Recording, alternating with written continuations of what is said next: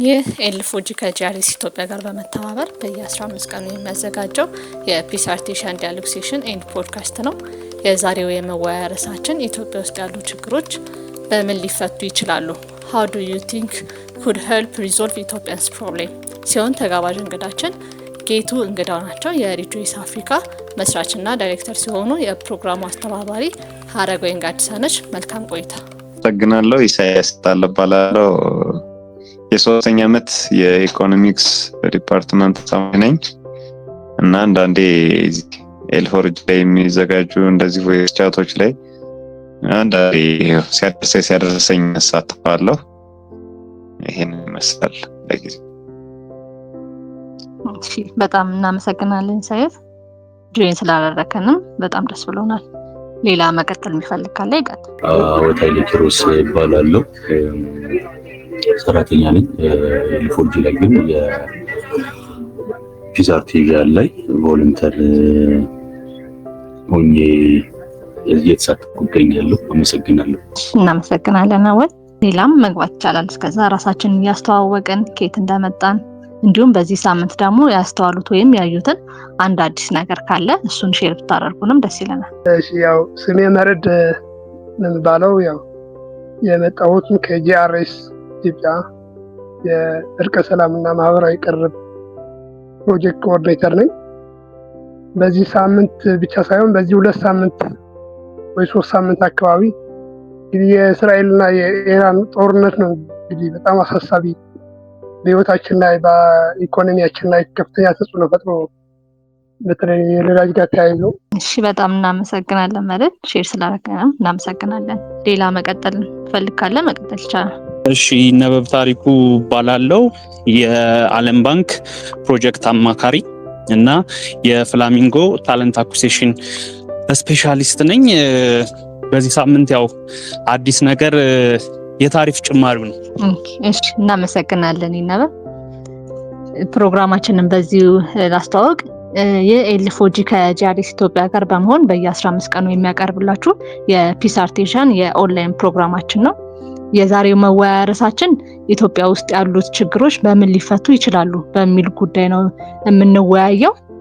የዛሬውን ፕሮግራም እመራላችሁ እኔ ሀረገወይን ጋዲሳ ሲሆን እንግዳችን ደግሞ አቶ ጌቱ ነበሩ ናቸው። የሪጆይስ አፍሪካ መስራችና ስራ አስኪያጅ ናቸው። ቀጥታ ወደ ፕሮግራማችን እንግባና የመጀመሪያው ጥያቄ የሚሆነው ግሩፑም ላይ ሼር እናደርገዋለን። ኢትዮጵያ ውስጥ ችግር ውስጥ ናት ብለው ያስባሉ? ካሉባትስ ደግሞ ምን አይነት ችግሮች አሉ የሚለው የመጀመሪያው የመወያያ ርዕሳችን ነው። ግሩፑም ላይ ፖስት አድርገናል። ኢትዮጵያ ችግር ውስጥ ናት ብለው ያስባሉ ወይ? ካሉባትስ ደግሞ ምን አይነት ችግሮች አሉ ብለው ያስባሉ? ይሄ የመጀመሪያው ጥያቄያችን ስለሆነ ወደሱ ቀጥታ እንግባ። ይሰማል? ሄሎ። አዎ ይሰማል። አብዱራህማን መቀጠል ይቻላል። አመሰግናለሁ። ራሴን ለማስተዋወቅ ነው። ስሜ አብዱራህማን ሸረፍ እባላለሁ። እዚሁ አዲስ አበባ ዩኒቨርሲቲ የሶስተኛ ዓመት የአካውንቲንግ እና ፋይናንስ ተማሪ ነኝ። እሺ አብዱራህማን እናመሰግናለን። በዛው የመጀመሪያውን ጥያቄ አይተህ ሀሳብ ካለም ሼር ማድረግ ይቻላል። አመሰግናለሁ። ጥያቄን ለማቅረብ ያክል ኢትዮጵያ ውስጥ ችግር አለ ወይ ነበር መሰለኝ አይደለ ጥያቄው? አዎ ኢትዮጵያ ችግር ውስጥ ናት ብለው ያስባሉ? ካለባት ደግሞ ምን አይነት ችግሮች ውስጥ ናት ብለው እሱን እንዲያብራሩልን ነው።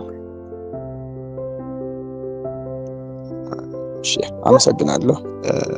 እውነት ለመናገር ያው ኢትዮጵያ ችግር አለባት ወይም ደግሞ ኢትዮጵያ ውስጥ ችግር አለ የሚለው ያው ሁሉም ሰው የሚያውቀው ነው። ችግሮች አሉ ብዬ አስባለሁ ማለት ነው።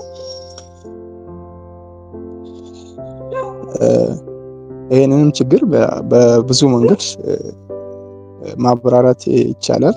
የመጀመሪያው ሰው የሚያውቀው የሴኩሪቲ ኢሹ አለ ኢትዮጵያ ውስጥ።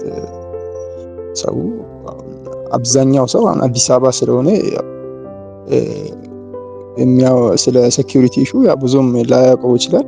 እውነት ለመናገር ግን ኢትዮጵያ ውስጥ ትልቁ ችግር አሁን ያለው የሴኩሪቲ ኢሹ ነው ብዬ አስባለሁ። ሁለተኛው ደግሞ ኢትዮጵያ ውስጥ እኔ እንደው የሚሰማኝ የድሮ አሁን ኢትዮጵያውያን ፍቅር አላቸው፣ በጣም ብዙ ነገር አለ ይባላል እና እነዛ ባህሎች እነዛ የመተሳሰብ የመደጋገፍ አይነት ነገሮች አሁን አሉ ወይ ለማለት በሚያስቸግሩ ሁሉም ሰው ተጠራጣሪ የሆነ እየሄደ ያለ ይመስለኛል እና በመጀመሪያ ይህንን ሀሳብ መስጠት እፈልጋለሁ። በቀጣይ ደግሞ ያው ጥያቄያችሁን እየሰማው እቀጥላለሁ፣ መሳተፌን እቀጥላለሁ ማለት ነው። አመሰግናለሁ። እሺ፣ በጣም እናመሰግናለን አብርሃም ስለሰጠን ሀሳቦች በጣም እናመሰግናለን። እሺ፣ ሌላ የሚቀጥል ሰው ካለ መቀጠል ይቻላል። ውስጥ ችግር አለው የሚለው ነገር ለኔ በጣም ከችግር በላይ ነው ያለው። ችግር ብቻ ሳይሆን ከችግር በላይ ነው እና ማለት ኢትዮጵያ እዚህ አዲስ አበባ ላይ ሆነን ምንም ማለት ላናየው ላንሰማው እንችላለን፣ ግን በመላው ኢትዮጵያ በሚባል ደረጃ የጸጥታ ችግር አለ። ኢትዮጵያውያን እርስ በርሳቸው የተዋጉ ነው ያሉት። በአማራ ክልል፣ በኦሮሚያ እንዲሁም በትግራይ ክልል ያለው የነበረው ጦርነት በእርቅ ስላልተቋጨ እርቀ ሰላም የሚባል ነገር ስላልተከናወነ አሁንም መሳሪያ ተይዞ ያው እኔ ልጀምር በሚባልበት ሁኔታ ነው ያለው እና ኢትዮጵያ ውስጥ በጣም ማለት ከችግር በላይ ነው። ለእኔ ከችግር በላይ ነው እውነት ለመናገር። እኔ ዛሬውኑ ትናንትናም ለሰዎች ከደውዬ ነበርና በቃ የምትሰሚው ነገር በጣም የሚያስጠላ ኢትዮጵያዊነትሽን የሚያስጠላ ሁኔታ ነው ያለው። ኢትዮጵያ በፍጹም የሆነ ብዝሃነት ማስተናገድ ያቃታች በርካታ የብዝሃን ሀገር ብትሆንም ብዝሃነት ማስተናገድ ያቃታት የሆነ ድዊ ሀገር ሆናለች። እውነቱ ለመናገር የሆነ አቅመቢስ የሆነች ሀገር ሆናለች ብዬ አስባለሁ። ችግር አለ ለሚለው ነገር ላይ ማለት ሁላችንም ስለ ቤተሰቦቻችን ስለ ሀገራችን የምን ከሆነ በርካታ ችግር እንዳለ ግልጽ ነው፣ ምንም ጥርጥር የለውም እና የቀደም ወንድሜ እንዳለው አብዱራህማን መጠራጠሩ ምናምን ራሱ በጣም የሚያስጠላ ነገር ነው። በብሔር በቋንቋ በእንደዚህ መንገድ መጠራጠር ኤክስክሉድድ የሆነ ስሜት መሰማት ራሱ በምንኖርበት ከተማ ላይ ራሱ ሆነ የእኩል ተሳታፊ የእኩል ተጠቃሚ ያለመሆን ስሜት ራሱ በውስጥ መኖሩ ከፍተኛ ችግር ነው ብዬ አስባለሁና ብዙ ሰዎች ሲጠይቃቸው ቀበሌ ስትሄድ እንደዚህ ነው ምናምን ስትሄድ እንደዚህ ነው የሚባሉት ነገሮች መስማት ራሱ ከባድ ነው፣ በአጠቃላይ ያሳምማል እና እነዚህ ነገሮች ጥልቅ ችግር ነው ያለው። ችግር ብቻ ሳይሆን ጥልቅ ችግር እንዳለብን ነው የሚሰማኝ። ይሄን ለመግለጽ አመሰግናለሁ። እሺ፣ እናመሰግናለን መርድ ስላሳበብ። እሺ፣ አመሰግናለሁ። እኔ ደግሞ ያው የማነሳቸው ሀሳቦች የተወሰኑ ነጥቦች አሉ። ውስጥ ችግር አለው የሚለው ጥያቄ ምንም ግልጽ ነው። በርካታ ችግሮች አሉ፣ ችግር የለም ማለት መቼም ይቻላል እና ከመጀመሪያው መካከል ብዙዎች እንደጠቀሱት በብዙ የኢትዮጵያ ሀገራችን ክፍል ያለው የእርስ በርስ ጦርነት እሱ በጣም ታሳቢ ጉዳይ ነው። ማለት እንደዚህ ነው በቀላሉ እንኳን ሊገለጽ የማይችል ነው። የሚያስከትለው ቀውስ ራሱ በጣም በርካታ ነው። ኢኮኖሚያዊ፣ ማህበራዊ ቀውስ ያስከትላል ይሄ እርስ በርስ ጦርነት። ከዛ በተጨማሪ ቅድም የሆነ ልጅ እሱ ላይ የመጀመሪያው ተናጋሪ እንደገለጸው ናሽናል ፊሊንግ ከህብረተሰቡ ላይ እየጠፋ ነው። ምክንያቱም ይሄ እርስ በርስ ጦርነቱ እርስ በርስ እንድንጠላላ አድርጎን ማለት የሀገር ፍቅር የሚባለው ሰው ኢትዮጵያ ሲባል የነበረው ስሜትና አሁን ደግሞ ኢትዮጵያ ሲባል የነበረው ስሜት ይለያያል ይመስለኛል። አታይ እንደዚያ ነው የሚሰማኝ። አሁን ሰው ኢትዮጵያ ሲባል ለኢትዮጵያ ያለው ክብር ናሽናል ፊሊንግ እኔ ጥሩ አይመስለኝም እና እንደዚህ ያለ ነገር አስከትሏል ብዙ ሰዎች። ከዛ በተጨማሪ ደግሞ ከፍተኛ የሆነ የዋጋና የታሪፍ ጭማሪ አለ። ሰሞኑ ብቻ ሳይሆን በተለይ ባለፉት 2-3 ዓመታት በቃ በቅርብ ዓመታት ከፍተኛ የሆነ ነገሮች የዋጋ ጭማሪ እያሳዩ ነው እና በዚህ የተነሳ ደግሞ በዚህ ሰበብ ደግሞ ሌሎችም ነገሮች ይከሰታሉ። ለምሳሌ ብዙ ሰው ሴኩሪቲ ገጥማቸዋል ማለት በመግዛታቸውን ይመቻል ሁኔታ። ለምሳሌ ኢትዮጵያ ውስጥ በጣም አሳቢ የሆነ ብዙ ሰው ጦሙን የሚያድር አለ፣ ምሳ የሚዘል አለ፣ ወይ ደግሞ ራት ሳይበላ የሚያድር አለ፣ ወይም ደግሞ ምንም ሳይበላ ሁሉ ሊያድር ይችላል። እና እነዚህ ነገሮች ሌሎች በርካታ ነገሮች ኢትዮጵያ ውስጥ ችግር አለ ማለት ነው። በጣም ብዙ ችግሮች አሉ እና ብቻ መፍትሄው እስኪ እናያለን። እንግዲህ ደግሞ ቀስ እያልኩ እጨምራለሁ። ለጊዜው ይሄ ነው ሀሳብ። እሺ፣ በጣም እናመሰግናለን ኢሳያስ፣ አሪፍ ሀሳብ ነው። ሌላ ይቀጥል ካለ እንቀበላለን። መቀጠል እችላለሁ አረጓ? እሺ፣ ይቻላል። ላይሌ ቀጥል። ብዙ ሀሳቦች ተነስቷል ካሁን በፊት በነበሩ ሰዎች። ምናልባት እንደው ድጋሜም እንዳይሆን አንዳንድ ሀሳቦችን ለማለት እሞክራለሁ። እንደ ኢትዮጵያ ውስጥ አሁን አለ ብዬ የማስበው ችግር የሰላምና የጸጥታ ሁኔታ ምንም የሚያጠራጥር የሚያነጋግረን ጉዳይ አይደለም። ይህ ትልቅ ኢሹ ነው ሀገራችን ኢትዮጵያ ላለው። እንግዲህ ባለፉት 6-7 ከዛም በላይ የሚሆነው ለወጣቱ በተለይ ትልቅ እንቅፋት የሆነበት በጸጥታ ጉዳይ ከአንድ ቦታ ወደ አንድ ቦታ በነፃነት ተንቀሳቅሶ ስራ እንዳይሰራ ኑሮ እንዳይቀይር ትልቅ ጫና ሆኖበታል ማለት ነው። ለወጣቱ ብቻ ሳይሆን ገበሬው ያመረተውን ምርት ከአንድ የገበያ ማዕከል ወደ ሌላ ገበያ እንኳን ለመላክ ትራንስፖርት የተቸገረበት ሁኔታ እንዳለ እያየን ነበረ። ይህም በሀገራዊ ምክክር ኮሚሽንም የተነሳበት ጉዳይ ነበረ፣ ያለው የገበያ አለመረጋጋት ከጸጥታ ጋር ተያይዞ ማለት ነው። ይሄ ስለተባለ ሌላው ምንድነው ያለው ችግር ብዬ የማስበው አሁን ችግር ውስጥ ናት፣ ያው ቀድሜ ችግር ውስጥ ናት በሚል ሐሳብ ስለተስማማው ነው ወደዚህ ቀጥታ የገባሁት እንደ በኔ ሐሳብ። ሌላ ምንድነው ይኖራል አለ ብዬ የማስበው የኢኮኖሚ ጫና ወይም ኢኮኖሚክ ፌገር የምንለው በተለይ ከዶላር ጋር ተያይዞ የኑሮ ውድነቱ ሰው በቀላል እንኳን የእቃዎችን መግዛት የማይችልበት ደረጃ ላይ ነው አለ ብዬ አስባለሁ። በተለይ በዝቅተኛና መካከለኛ ገቢ የምንኖር ዜጎች እንቸገራለን ብዬ አስባለሁና ይሄም አንድ ችግር ነው።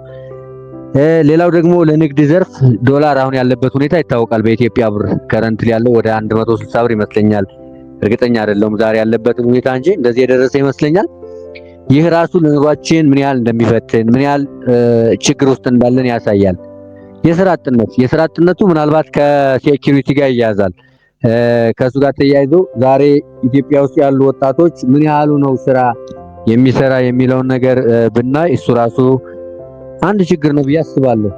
ሌላ በደንብ የተባለና እኔ ደግሞ እንዳንድ ወጣት ላሰምርበት የምፈልገው አብዱን ብሎታል፣ አቶ መደድም እንዲሁም አሁን ወንድሜ ኢሳያስም ብሎታልና ይሄ እንደ ሀገር የማህበራዊ ትስስራችን በጣም ላልቷል። ይሄ ምንድነው ከመተማመን ጋር አሁን ካለንበት ሁኔታ ጋር ይያዛል ብዬ አስባለሁና ይሄ የመተማመን የትስስራችን ሁኔታ ላልቷል።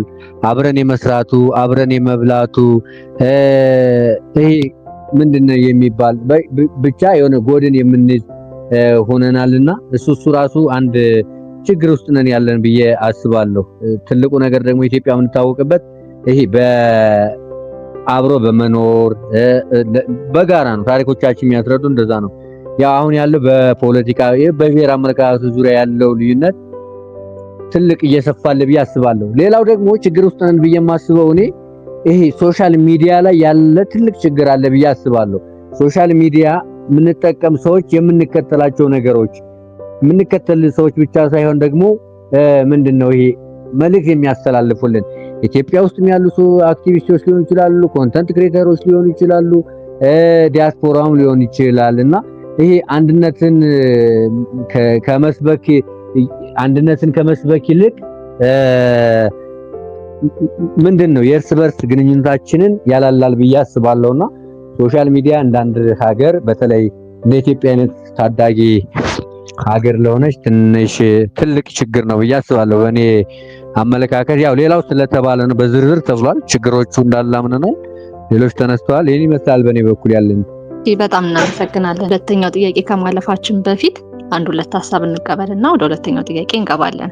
እኔ ከድሬዳዋ ዩኒቨርሲቲ ተማሪ ነኝ እና የፖለቲካል ሳይንስ ተማሪ ሰከንድ ኢየር ተማሪ ነኝ እና አሁን በኢትዮጵያ ውስጥ ችግር አለ በሚለው አስማማለሁኝ። እነዛ ችግሮችም አንደኛ በየማስባቸውን አንድ ሁለት ልጥቀስና የመጀመሪያው ሰው ማህበረሰቡ አዌርነስ ፖለቲካል አዌርነስ ምናምን ይጎለዋል የሚል ይመስለኛል። አብዛኛው ሰው የሆነ አንድ ኤሊት ብሎ የሚያስበው አካል የሆነ ነገር ባለ ቁጥር ሁሉም ያን ተከትሎ ያ ስህተትም ሆነ እንትንም ትክክልም ሆነ ያ ነገር ተቀብሎ እንትን ስለሚከተል ይመስለኛል። ሁለተኛ ደግሞ ሁሉን ነገር የሆነ የመቃወም አባዜ የሆነ ነገር አንድ አካል መንግስትን ጠላሁና ያለ አካል ከተቃወመና ሁሉም መቃወም ያ ነገር ምናምን ይመስለኛል። ድጋሚ ደግሞ ያው ከመንግስትም ችግር አለ፣ ይሄ ግልጽ ነው። የቆየ የፖለቲካ ችግሮቻችን ለምሳሌ መፍትሄዎች ምናምን በንግግር ከመፍታት ይልቅ የጠብ መንጃ አስተሳሰብ ያ ቢቀር ደግሞ የተሻለ ወደ ውይይት ሁሉም ማህበረሰብ ወደ ውይይት ቢመጣ የተሻለ ይሆናል ብዬ አስባለሁኝ። አንድ ሁለት ከጠቀስኩ ይበቃኛል። አመሰግናለሁ። ኢትዮጵያ ውስጥ ችግር አለ ወይ ምን ናቸው ለሚሉትም አዎ ችግር አለ። ተመሳሳይ የሆነ መልስ ነው ሊኖረን የሚችለው። ምን ናቸው ለሚለው ደግሞ የጦርነት ችግር አለ፣ የረሃብ ችግር አለ፣ የሰላም እጦት ችግር ማለት ነው። የሰላም ችግር አለብን፣ የረሃብ ችግር አለብን፣ የሀገር ውስጥ ተፈናቃይ በሚሊዮኖች የሚቆጠሩ አለ። እንዲሁም በተጨማሪ ደግሞ የዕለት ደራሽ ድጋፍ የሚያስፈልጋቸው ዜጎች አሉ ማለት ነው። ስለዚህ ችግሩ በጣም ዘርፈ ብዙ የሆነ ነው። እንዲሁም በተጨማሪ ደግሞ የቋንቋ ማንነትን መሰረት ያደረገና የሃይማኖት ልዩነትን መሰረት ያደረገ ደግሞ ጊዜ ጠብቆ ሊፈነዳ የሚችል ሌላ ደግሞ ወደፊት የሚያሰጋን ተጨማሪ ችግር አለበት። እንዲሁም በተጨማሪ ዓለም ላይ እንደሚታወቀው መርዴ ያነሳው ሌሎች ሀገራት ላይ የሚደረጉ ጦርነቶች በቀጥታ ለኢትዮጵያ ተጨማሪ የኢኮኖሚካል ችግር ሆነው እየታዩን መጥተዋልና እነዚህና ሌሎች ችግሮች አሉ ለማለት ነው። አመሰግናለሁ። በጣም እናመሰግናለን። የኤልፎጂ ከጂአርኤስ ኢትዮጵያ ጋር በመሆን በየ15 ቀኑ የሚያቀርብላችሁ የፒስ አርቴሻን የኦንላይን ፕሮግራማችን ነው። የዛሬው መወያያ ርዕሳችን የኢትዮጵያ ውስጥ ያሉ ችግሮች በምን ሊፈቱ ይችላሉ የሚሆን ሲሆን እኔ ሀረገወይን ጋዲሳ እባላለሁ። እንግዳችን ደግሞ አቶ ጌቱ ነበሩ ናቸው። የሪጆይስ አፍሪካ መስራችና ስራ አስኪያጅ ናቸው። ስለዚህ ወደ ሁለተኛው ጥያቄ እናልፋለን። የሁለተኛው ጥያቄ የሚሆነው የእነዚህ ችግሮች መንስኤ ምንድን ናቸው ወይም ደግሞ ምንድን ማለት እንችላለን? በዚህ ውስጥ በዚህ የአኗኗር ሁኔታችን፣ ባህሎቻችን፣ የትምህርት ስርዓታችን፣ ህብረ ብሔራዊነታችን ያለው ሚና እንዴት ያለ ነው የሚለው ነው ሁለተኛ ጥያቄያችን። ግሩፑ ላይ ፖስት እናደርገዋለን። ሙሉቀን ከድሬዳዋ እና መንስኤው እኔ እንደተረዳሁት ኢትዮጵያ ውስጥ ያለው ትልቁ መንስኤ ብዬ ነው የማስበው ምንድነው ይሄ ፌዴራሊዝም ስርዓት ብዬ ነው የማስበው። ምክንያቱም ይሄ መጀመሪያ ይሄ ፌዴራሊዝም ስርዓቱ ሲዋቀር በየማንነት ነው ቴሪቶሪው ማለት ነው እና ይሄ በማንነት መሰረት የነበረው ቴሪቶሪ ለግጭት ትልቁ መንስኤያችን ነው ብዬ አስባለሁ። ምክንያቱም ኢትዮጵያ ውስጥ አሁን ትልቁ ችግር ምንድነው በብሔር ምክንያት የሚነሳ ጠቦች ናቸው። ኢትዮጵያ ውስጥ አሁን ብዙ ጊዜ የምናያቸው በፖለቲከኞችም ብዙ ጊዜ አሁን የሚያራምዱት የብሔርተኝነት ፖለቲካ ስለሆነ ስለዚህ ዋናው መንስኤ ብዬ የማስበው የሀገራችን የፌዴራሊዝም ስርዓቱ ነው ብዬ ነው የማስበው። እንግዲህ መንስኤው በጣም በርካታ ማለት ምንድነው የሚባለው የትውልድ ተሻጋሪ የሚባል ችግሮች የተወራረሱ የመጡ ችግሮች ማለት ነው አሉብንና ትርክታችን የኢትዮጵያ ፖለቲካ ታሪክ ራሱ የራሱ የሆነ አስተዋጽኦ አለው። እኔ የበላይ ነበርኩኝ፣ እኔ በታች ነበርኩኝ፣ እኔ አልገዛሁም፣ እኔ ተገዝቼ ተቀጥቅጬ ነው የኖርኩት የሚሉ አስተሳሰቦች አሁን ላለንበት የፖለቲካ ሁኔታ የማህበራዊ ሁኔታ መገለጫዎች ናቸው። ትርክቶች በጣም ከባድ ናቸውና ኢትዮጵያ ያቀንኋት ነኝ፣ ኢትዮጵያ እንደዚህ የቀጠቀጥኳት ነኝ የሚሉ እንትኖች አሉ፣ ትርክቶች አሉና እነዚህ ትርክቶች የራሳቸው የሆነ አስተዋጽኦ አላቸው። ትናንት በቅርቡ ራሱ የተካሄዱ የጸረ ንጉሳውያን አስተሳሰቦች እነሱ ራሳቸው የሆነ የብሔር ብሔረሰቦች ማንነት አንድነት ምናምን እስከ ራስ እስከ መገንጠል የሚሉ አስተሳሰቦች ይዘው የተንቀሳቀሱ ቡድኖች ራሱ ከፍተኛ የሆነ ተጽዕኖ ፈጥረው አሁን ላይ ማንፌስት እያደረገ ነው ያለውና እየተገለጸ ነው ያለውና በአጠቃላይ ኢትዮጵያዊነት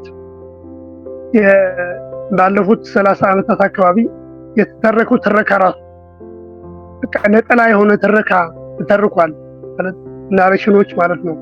ትርክቶች ትግራዋይነት፣ አማራዊነት፣ ኦሮማዊነት በጣም ተቀንቅነዋል አይደል አማርኛ ውስጥ ተቀንቅነዋል ሚኒስ በጣም አግራቤት ተደርገዋልና እነዚህ ነገሮች ከፍተኛ የሆነ ጸረ ኢትዮጵያዊነት አስተሳሰብን እንዲያጎለብቱ አድርገዋል ብዬ አስባለሁ። ሌላው ያው እንግዲህ ለነዚህ ችግሮች በዋናነት እንግዲህ የሰው ልጅ በኢኮኖሚ በሪሶርስ ሁኔታ ነው የሚጣላው የሚጋጨውና ይገባኛል ቦታዎች አሉ ኢትዮጵያ ውስጥ እንደ ግጭት መንስኤ የሆኑ ለምሳሌ ወልቃይት ምትወስድ ሶርስ ኦፍ ኮንፍሊክት ወይ ደግሞ የግጭት መንስኤ ሊሆኑ የቻሉበት ሁኔታ አለ። እነዚህ ነገሮች ከሪሶርስ ወይ ደግሞ ከጥቅም ጋር የተያያዙ ሁኔታዎችን መገንዘብ ይችላል። ሌላ እንደዚህ አይነት ነገር ሊኖር ይችላል ባይዘው እነዚህ ነገሮችን የግጭታችን መንስኤ ተደርገው ሊወሰዱ ይችላሉ። በተለይ ታሪካዊ የሆኑ ሁኔታዎችን እኔ ገዝቻለሁ እኔ ቀጥቅጫለሁ ወይ ደግሞ የበታችነት ስሜት ራሱ ያላቸው የሆነ ማህበረሰቡ ሊኖሩ ይችላሉ። እዛስ በቃ አንድ ጋፕ ሊኖር ይችላል። እዚህ ጋር አንድ ክፍተት ነው ይሄ እና ፐርሲቭ ያደረጉበት የተረዱበት መንገድ ለማወቅ ወይ ደግሞ አጣሞ የመገንዘብ ሁኔታዎችን በወቅቱ ሊታሰብ የነበረበት ሁኔታ በወቅቱ ታስቧል ተደርጓል። አሁን በወቅቱ የነበረው አስተሳሰብ በዚህ ሰዓት አምጥቶ ለምን እንደዚህ አልሆነም ብሎ የማሰብ ሁኔታዎችም በዚህ ትውልድ ላይ እየታየ ነው ያለው። እነዚህ ነገሮች እንደ የግጭት መንስኤዎች እንደ ጥላቻ እንደ የግጭት ሶርሶች አድርገን መውሰድ እንችላለን ብዬ አስባለሁ። ስለዚህ ያው ይሄ ነው ብዬ ማስበው። አመሰግናለሁ። እሺ በድጋሚ አመሰግናለሁ። ለእነዚህ ችግሮች መንስኤዎች ምንድን ናቸው? በመጀመሪያ እኔ አንድ ነገር አድናቆቴን መግለጽ እፈልጋለሁ። እንደዚህ አይነት መድረኮች ላይ በመጀመሪያ ችግሮቹን ከዛ ደግሞ ችግሮቹን ብቻ ተናግረን መለያየት ሳይሆን ችግሮቹንም መፍትሄ እንድናመጣ ወይም ደግሞ እንድንወያይበት ያነሳችሁት ጥያቄ የሚበረታታ ነው ብዬ አስባለሁ። ከዛ በመቀጠል መንስኤዎቹን ለመናገር ያክል እንግዲህ ብዙ ናቸው። አሁን ከኔ በፊት የተናገሩትም እንዳሉት ማለት ነው ብዙ ናቸው። እኔ ግን የራሴ ኮዞቹን ለመናገር ያክል አንደኛው ታሪክ ነው። ታሪክ ሲባል ያው ፈረንጆቹ አንድ ነገር ይናገራሉ እና ሁልጊዜም ታሪክ የሚጻፈው እንግዲህ በአሸናፊዎች ነው የሚባል ነበርና አይ ቲንክ ኢትዮጵያውያን አብዛኞቻችን የወል ታሪክ ላይ መግባባት ብዙም የቻልን አይመስለኝም እና አንደኛው በትልቁ ኮዝ ብዬ የማስበው ከኔ በፊት እንደተነገረም ማለት ነው ታሪክ ነው። ታሪካችን ለምሳሌ አድዋ መውሰድ እንችላለን። አብዛኛው ጊዜ አድዋ የጋራ ድላችን ነው ብለን ነው አይደለም የምናወራው። እንትናም የኔ ነው ይላል። ወደ ትግራይ አካባቢ ለምሳሌ በጣም ብዙዎቹ አድዋ ብሎ በቃ ይኩራሩበታል፣ ግን የጋራ ነው። እንደዚህ አሁን ኮመን ሴንስ የሚባለው አይነት ነገር ማዳበር ላይ ችግር አለ ብዬ አስባለሁ። እና ወደ ኦሮሚያ ብትመጡ እንደዛ ይላሉ። የኛ ሰዎች ናቸው የተሳተፉት ይላሉ። ለጋራ ነው የተዋጋ ነው፣ በጋራ ነው ያሸነፍ ነው፣ ለጋራ ሀገራችን ስንል ነው ዋጋ የከፈል ነው የሚለው ናሽናል ኢንተረስት እና ብሔራዊነት የሚባለው ማለት ነው። ብሔራዊነት የሚባለው ላይ በደንብ አልሰራንም። ይሰራበት የሚገባ ነው ብዬ አስባለሁ። አንደኛው ኮዝ እንግዲህ ይሄ ታሪክ ነው ብዬ ነው የማስበው። ሁለተኛው ደግሞ ፖለቲከኞች ናቸው ብዬ አስባለሁ። እኔ በቃ የኢትዮጵያ ችግር ነው ብዬ የማስበው አንደኛው የተማሩ ሰዎች ናቸው። የተማሩ ሰዎች አንዳንዴ እኛንን ጨምሮ ማለት ነው የመፍትሄው አካል ከመሆን ይልቅ የችግሩ አባባሽ ሆነን የምንገኝበት አንዳንድ አጋጣሚ አለና ማለት ነው። የተማርን ሰዎች ምን እየሰራን ነው ብለን ራሳችንን ጠይቅ እስኪ። ዛሬ እኮ እውነት ለመናገር ክፍለ ሀገር ብንሄድ እና አንድ ሰው ወይ አንድ አባት ብንጠይቃቸው ሞር የተሻለ የሀገር ፍቅር ይታይባቸዋል። እየተማረ ነው የሚባለው ግን ኢንተረስት ነው አሁን የሚፈልገውና ስለ የሆነ ነገር ቢጠየቅ የሆነ ነገር እንትና ብል ኢንተረስት የቱ ጋር ነው የማገኘው? ይሄ ብሔራዊነት ሳይሆን ራሱ የግል ጥቅምን ወደፊት የሚያራምድበት አይነት ነገር ስለሆነ እነኛ ደግሞ ህዝቦችን ከማባላት አንጻር ብዙ ችግሮች ሊፈጥሩም ይችላሉ ብዬ አስባለሁ። እና ሁለተኛው እንግዲህ የተማረን ሰዎች የመፍትሄው አካል እንሆን ነው እንግዲህ ኮዙ ይሄ ነው ብዬ ስለማስብ ማለት ነው። ሶስተኛው ላይ ደግሞ ማስቀመጥ የምፈልገው ኒው ጄኔሬሽንስ አሁን በኢትዮጵያ ውስጥ ያሉት ማለት ነው አብዛኛው ፖለቲካውንም የሚመሩት በጣም ትላልቅ ሰዎች ናቸው። ማለት ለአዲሱ ትውልድ ቦታ እያገኘ ነው ብዬ አላስብም። እና አይ ቲንክ እዚህ ውስጥ ያላችሁ እና ይህንንም ፕሮግራም የምትከታተሉ በአንድም በሁለትም አጋጣሚ የምትሰሙ ካላችሁ ኒው ጄኔሬሽን ዜድ ነው አይደል እንግዲህ የሚባለው አዲሱ ጄኔሬሽን እንግዲህ ቦታ መያዝ አለበት ብዬ አስባለሁኝ። እና ለአዲሱ ትውልድ ቦታ ካለመስጠትም ጭምር ነው ብዬ ነው የማስበው። አንዳንዴም ደግሞ እኔ አንድ የሚሰማኝ ነገር አለ። እውነት ችግሮቹ ኢትዮጵያ ውስጥ አሉ፣ መፍትሄዎቹስ ምንድናቸው? መንስኤዎቹስ ምንድናቸው? እንደዚህ አይነት ነገሮችን መናገር ማውራት ጥሩ ሆኖ ሳለ ግን አንዳንዴ ኔጌቲቪቲ ማይንድ የሚባለውን ነገርም ደግሞ መቀነስ ያለብን ይመስለኛል። አሁን ኢትዮጵያ ውስጥ especially for the last 7 years ላለፉት 7 ዓመታት ማለት ነው ጥሩ አጋጣሚ ነው ያለው እና ችግሮችን ብቻ ሳይሆን ጥሩ ነገሮች እየተሰሩም አሉ ለማለት ነው።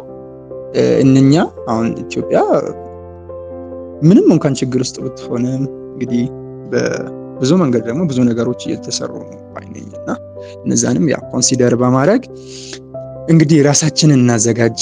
እኛ እየተማረን ነው ወይም ደግሞ ተምረናል ብለን የምናስበው ሰዎች እንግዲህ የመፍትሄው አካል ለመሆን እንሞክር ብዬ በዚህ አጋጣሚ መልእክት ማስተላለፍ ፈልጋለሁ። አመሰግናለሁ። በጣም እናመሰግናለን አብዱራህማን። ግሩፑ ላይ ፖስት የተደረጉትን ሀሳቦች አንብቤ እንግዳችን ስላሉ ወደ እንግዳችን እናልፋለን። የመጀመሪያው ጥያቄ ላይ ሀሳብ የሰጡት አቤን የሚል not discussing on discussable issues is the biggest problem currently ብሎናል። ኒዳል ደግሞ የኢትዮጵያ ችግር የሚለው የፌዴራሊዝም ስርዓት በአግባቡ መጠቀም አለመቻል፣ የታሪክ መዛባት፣ የትክክለኛ ፖለቲከኞች አለመኖር እንዲሁም የብዙሃኑ ራስ ወዳድነት ይመስለኛል ይላል። ኤል የሚል አለ። የሰላም እጦት ችግር፣ የሌብነት ችግር፣ የፍትህ፣ የእኩልነት፣ የኑሮ ውድነቱ፣ የዘረኝነት፣ የስራ አጥ፣ የነጻነት፣ የጥላቻ አድሏዊነት ችግር ሞልቷል። ነፍነው መፍትሄ ነው እንጂ የሌለው ብለውናል። በጣም እናመሰግናለን። ሰዓታችን ስለደረሰ ወደ እንግዳችን እናልፋለን። እንግዳችን አቶ ጌቱ እንግዳው ናቸው። የሪጆይስ አፍሪካ መስራችና ስራ አስኪያጅ ናቸው። ዛሬ እንግዳ ሆኖ ስለተገኙልን በጣም እናመሰግናለን። ወደ እሳቸው እንለፍና ያለውን ሀሳብ እንቀበላለን። አቶ ጌቱ ወደ እርስዎ መርጫለሁ። እሺ፣ ሰላም፣ እንዴት አመሻችሁ? እግዚአብሔር ይመስገን። የኢትዮጵያ ችግር እንግዲህ በብዛት ኤክስፕሌን ለማድረግ ተሞክሯል። እናንተም ስትገልጹት እንደነበረው ችግሮቻችን ውስብስብ ናቸው። አንድ ወጥ የሆነ መፍትሄ ብለን የምናስቀምጠው አንድ ነገር ብቻ አይደለም። ችግሩ ውስብስብ ስለሆነ መፍትሄውም እንደዛው ኮምፕሌክስ ነው ማለት ነውና ላሉብን መሰረታዊ ችግሮች የምንሰጣቸው መፍትሄዎችም ኮምፕሌክስ እና ሲስተማቲክ መሆን አለባቸው። በዛ ረገድ እንድናያቸው እፈልጋለሁ። በእኔ አመለካከት በሀገር አቀፍ ደረጃ የኢትዮጵያን ለውጥ ማምጣት ከተፈለገ 3 ነገሮች በዋነኝነት መደረግ አለባቸው ብዬ አስባለሁ። አንደኛው አሁን እያደረግነው ያለ ያልጠቀመን እናንተም ደጋግማችሁ የጠቀሳችኋቸው እና ደግሞ ከዛም በላይ የሆኑ ጉዳዮች ማቆም ያሉብንን ጉዳዮች ለይተን ማቆም አለብን። እነዛ ጉዳዮች ብዙ ልንጠቅስ እንችላለን። 1-2 ብለን ምን ጠቅሳቸው ያልጠቀሙ ወደፊት ያላሻገሩን አሁን ባለንበት ሁኔታ እንድንረግጥ ያደረጉን ባለንበት ሁኔታ እንድንቀጥል ያደረጉን ነገሮች ምንድናቸው? ልክ አሁን ዛሬ እንደተነሳው አይነት ንግግሮች እነዛን እንድንረዳ ሊያደርገን ይችላል። ግን በሀገር አቀፍ ደረጃ መሪዎቻችን እንዲሁም ደግሞ በማህበረሰብ በታች ያለው ማህበረሰብ ያለውን ችግር አይደንቲፋይ አድርጎ ይሄ ነገር እየጠቀመን አይደለም፣ ስለዚህ ልናቆመው ይገባል ማለት አለብን። እያደረግን ያለነው እስካሁን የኖርንበትን ነገር ለመልቀቅ መሞከር አለብን። አንዱ አስቸጋሪ ነገር ለሰው ልጅ አዲስን ነገር ቶሎ ተራማጅነት፣ ሁሌ ራስን ለመቀየር መፈለግ፣ ለሱ ደግሞ ቆም ብሎ ማሰብ ይፈልጋል፣ ራስን ማየት ይፈልጋል። ለውጥንና መፍትሄንም ስናስብ ችግርንም ስናስብ ሁልጊዜ የምንጠቁመውና ምክንያት የምናቀርበው ኤክስተርናላይዝ ካደረግነው መፍትሄውን በፍጹም አናገኘውም። እኔ የችግሩ አካል ነኝ ብለን ማሰብ መቻል አለብን። ያ እንግዲህ ከግለሰብ ነው የሚጀምረው። አስተሳሰባችን በዛ ደረጃ ሊቃኝ ይገባል። ይሄ ችግር የተፈጠረው እንትና እንዲህ ስላደረጉ ነው፣ ይሄ ችግር የተፈጠረው በታሪክ ይሄ ስለሆነ ነው ብቻ ነው ብለን ብዙ ነገር ኤክስተርናላይዝ ካደረግነውና እኛ በዛ ውስጥ ምንም ሮል እንደሌለን ካሰብን ያ እንግዲህ ሁሉም ሰው እንዲካሰበ ማን ነው ያንን ኃላፊነት ወስዶ ለውጥ ሊያመጣ የሚችለው የሚለው ጥያቄ ውስጥ ነው የሚገባው። ስለዚህ የመጀመሪያው ነገር ያላራመደን ወደፊት እንድንጓዝ ያላደረገን ያልጠቀመን ነገር ምንድነው? ያ እንግዲህ በሲስተም ደረጃ ሊሆን ይችላል። ያን እንግዲህ በቫልዩስ በካልቸር ደረጃ ሊገለጥ ይችላል። በኢንፍራስትራክቸር ሊሆን ይችላል።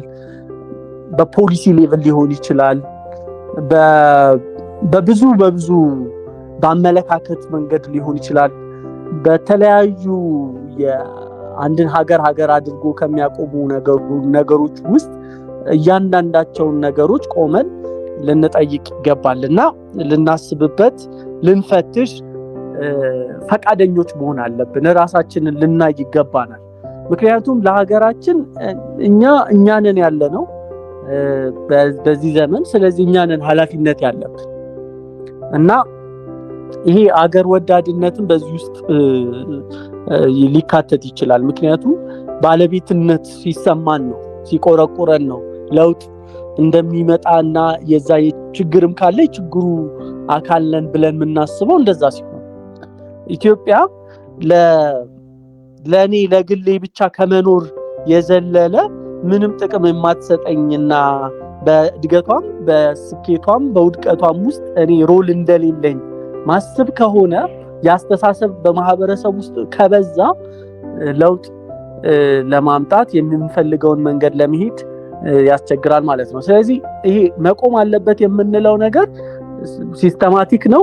ከግለሰብ ጀምሮ እስከ መንግስት ደረጃ ድረስ ባሉ መዋቅሮች ውስጥ ያለ ነው ማለት ነው እና እሳቤው ምንድነው ሊቆም የሚገባው ብሎ ኃላፊነት መውሰድ በኢትዮጵያ በፀሐይ ተስፋ እድገት ብልጽግና የተሻለ የሁለንተናዊ እድገት እና እንዲሁም ደግሞ ችግርም ውስጥ ሮል አለኝ ብሎ የሚያስብ ማህበረሰብ ልንሆን ይገባናል እና እሱ ነው እኔ አንዱ መሰረታዊ መፍትሄ ነው ብዬ ማስበው።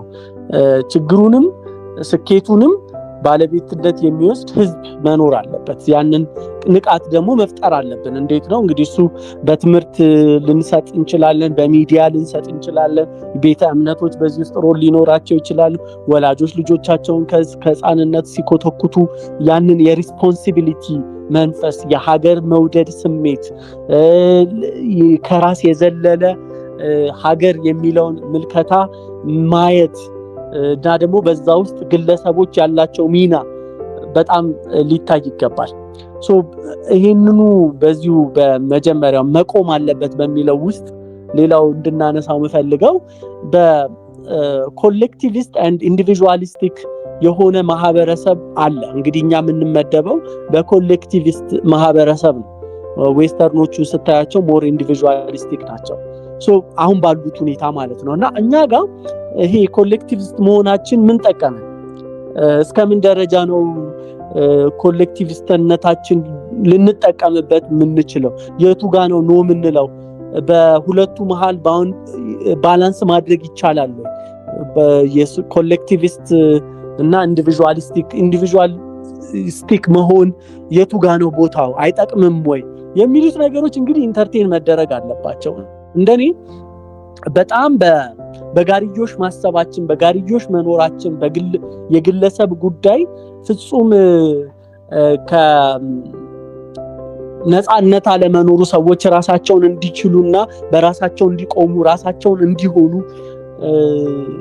ብዙ አለመፈቀዱ ለውጥ እንዳይመጣ ምክንያት እንደሆነ እጠረጥራለሁ። ስለዚህ because ሰዎች ለራሳቸው ህይወት ኃላፊነት ሲወስዱ እና ራሳቸውን መሆን ሲፈቀድላቸው፣ ዩኒክ መሆን ሲፈቀድላቸው በዛ ውስጥ ነው ኃላፊነት መውሰድ የሚመጣው። ከዛ ደግሞ ሀገራዊ በሆኑ ጉዳዮች ላይ ደግሞ ኃላፊነት መውሰድ የሚጨምረው ማለት ነው። ስለዚህ እነዚህ የመጀመሪያው ሐሳብ እንግዲህ ይሄ ነው። ምንድነው ማቆም ያለብን፣ ምንድነው ማስቀጠል የሌለብን የሚለውን ነገር በተለያዩ ስትራቴጂክ በሆኑ መንገዶች አይደንቲፋይ አድርጎ እነሱን ከቤተሰብ ከግለሰብ ጀምሮ እስከ ሀገር ደረጃ ማቆም አለብን። አሁን ላለፉት ብዙ ሺህ ዓመታት በሄድንበት መንገድ አሁንም እየሄድን ምንቀጥል፣ አደራረጋችን፣ የሥራ ባህላችን፣ የትምህርት ስርዓታችን፣ አኗኗራችን፣ አሁን የጠቀስኩትም ኮሌክቲቪስት ኢንዲቪጁዋሊስቲክ የሚለው ኮንሴፕት፣ የፖለቲካ ስርዓታችን ሁሉ ሊፈተሽ ይገባል። የሥራ የግብርና አሰራራችን ምኑ ጠቀመን ምኑ ደግሞ አልጠቀመን የሚለውን ልናይና ልንፈትሽ ይገባል። ያንን እንግዲህ የሚያደርግ ማህበረሰብ ኃላፊነት የሚሰማው ነው። በለውጡም በችግሩም ውስጥ ሮል እንዳለው የሚያስብ ነው። ሁለተኛው እንግዲህ የትኛው ማህበረሰብ የራሱ የሆነ ያኖረው ያስቀጠለው መልካም እሴት አለ። ስለዚህ እስካሁን የጠቀመን እንደ ሀገር ሆነን በብዙ ፈተናዎች ውስጥ ጸንተን እንድንቆም ያደረጉን እሴቶቻችንና ሲስተም ሊሆን ይችላል፣ እሴት ሊሆን ይችላል፣ ፖሊሲ ሊሆን ይችላል፣ whatever it is እሱን ደግሞ እንዲሁ አይደንቲፋይ ማድረግና ማስቀጠል መቻል አለብን። ለምሳሌ እንደው በእርስ በርስ የመረዳዳት ባህላችን ጥሩ ነው። እሱን እንዴት ነው የምናስቀጥለው? ብሔር ሰዎች ነን። የተለያየ ቋንቋ፣ የተለያየ የአመጋገብ ስርዓት፣ የተለያየ እምነት ያለበት ሀገር ውስጥ ነው ያለነውና በየግሩፕ ውስጥ ክፍለ ሀገር ውስጥ ያሉ መልካም እሴቶችን አይደንቲፋይ አድርጎ እነሱን ማጉላት ያስፈልጋል። እነሱን የሀገራዊ መልክ እንዲኖራቸው ለሚቀጥለው ትውልድ እሴቱ እንዲገባበት በአርት መንገድ፣ በትምህርት በከሪኩለም መንገድ፣ በሚዲያ፣ በስነ ጽሁፍ፣ በቅርጻ ቅርጽ፣ በተለያዩ መንገዶች እነዛን እሴቶች ሼርድ ሆነው እንደ ሀገር አስተሳስረው እንዲያቆሙን መስራት ይኖርብናል። እነዚህ ሼርድ የሆኑ ሊቀጥሉ የሚገባቸው ጉዳዮች ከአንድ ጎራና ከአንድ አካባቢ ብቻ የተቀዱ ሳይሆን ብሔራዊነትን የሚያሳይ የተለያየውን የኢትዮጵያን ሁለንተናዊ መልክ ሊያሳይ የሚችለውን እኔም አለውበት እታይበታለሁ እኔም ኢትዮጵያ እኔንም ትገልጻለች በሚል መልኩ ምክንያቱም በቃ ይጠቅመናል አንዱ ጋር ያለው መልካም ነገር ሌላው ጋር በድካም ሊሆን ይችላልና የሌላው ብርታት የኛ ድካምን የሚያበረታ አድርገን እንድንቆጥር ያንን ባህል ከማሳደግ አንፃር እነዚህ ጉዳዮች አይደንቲፋይ ተደርገው መሰራት አለባቸው ሶ እንደ ሀገር እሴቶች አሉ ልንኮራባቸው የሚገቡ ይዘናቸው ልንቀጥላቸው የሚገቡ ትውልዱን አንገቱን ቀና አድርጎ እንዲሄድ የሚያደርጉትን ነገሮች ልክ አሁን እየተደረገ እንዳለው ቅድም አንዳንዱ ሲጠቅሱት ነበር አድዋ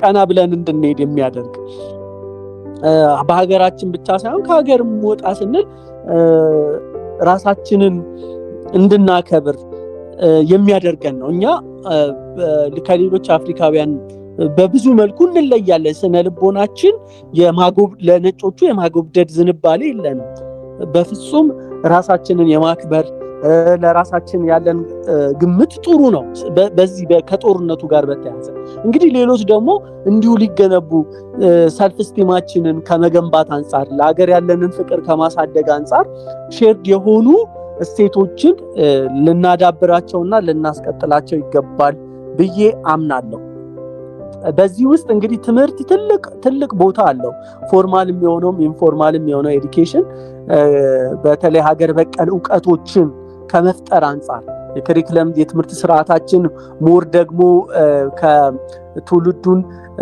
ካሚንግ ጀነሬሽን ክሪቲካል ቲንከር ሆኖ እንዲያድግ ከማድረግ አንፃር ውስጥ ሜቶዶሎጂ ከሪኩለሙ ብዙ ሊታይ ይገባዋል የሊደርሺፕ ስታይላችን የገቨርናንስ ስታይላችን አለ በሀገራችን ውስጥ በጣም ገንቢ የሆኑ ባህሎች አሉ የአመራርንና የገቨርናንስን ስርዓት የሚያሳዩ እነሱን ከሌላውን ከማንኳሰስ ጋር አይደለም መሄድ ያለባቸው አሁን አንዱ ልንረዳው የሚገባው እንግዲህ ልዩነታችን ውበታችን ነው ስንል በተለያየው ማህበረሰብ ውስጥ በእያንዳንዳችን ውስጥ ያለውን እንቁ እያወጣን እሱን ላይ ልናተኩር ይገባል እኔ የኔን ትልቅነት ለመግለጽ አጠገቤ ያለውን ሰው ትንሽነት መናገር አይገባኝም መግለጽም አይገባኝም ወይንም የሱን ድካም ማጉላት አይገባኝም ሞር ስትሪንግዞቻችን ላይ መስራት ይኖርብናል በያስባለውና ድካማችንን ለማሻሻል ብዙ ብንጥር የምናመጣው ለውጥ በጣም ጥቂት ስለሆነ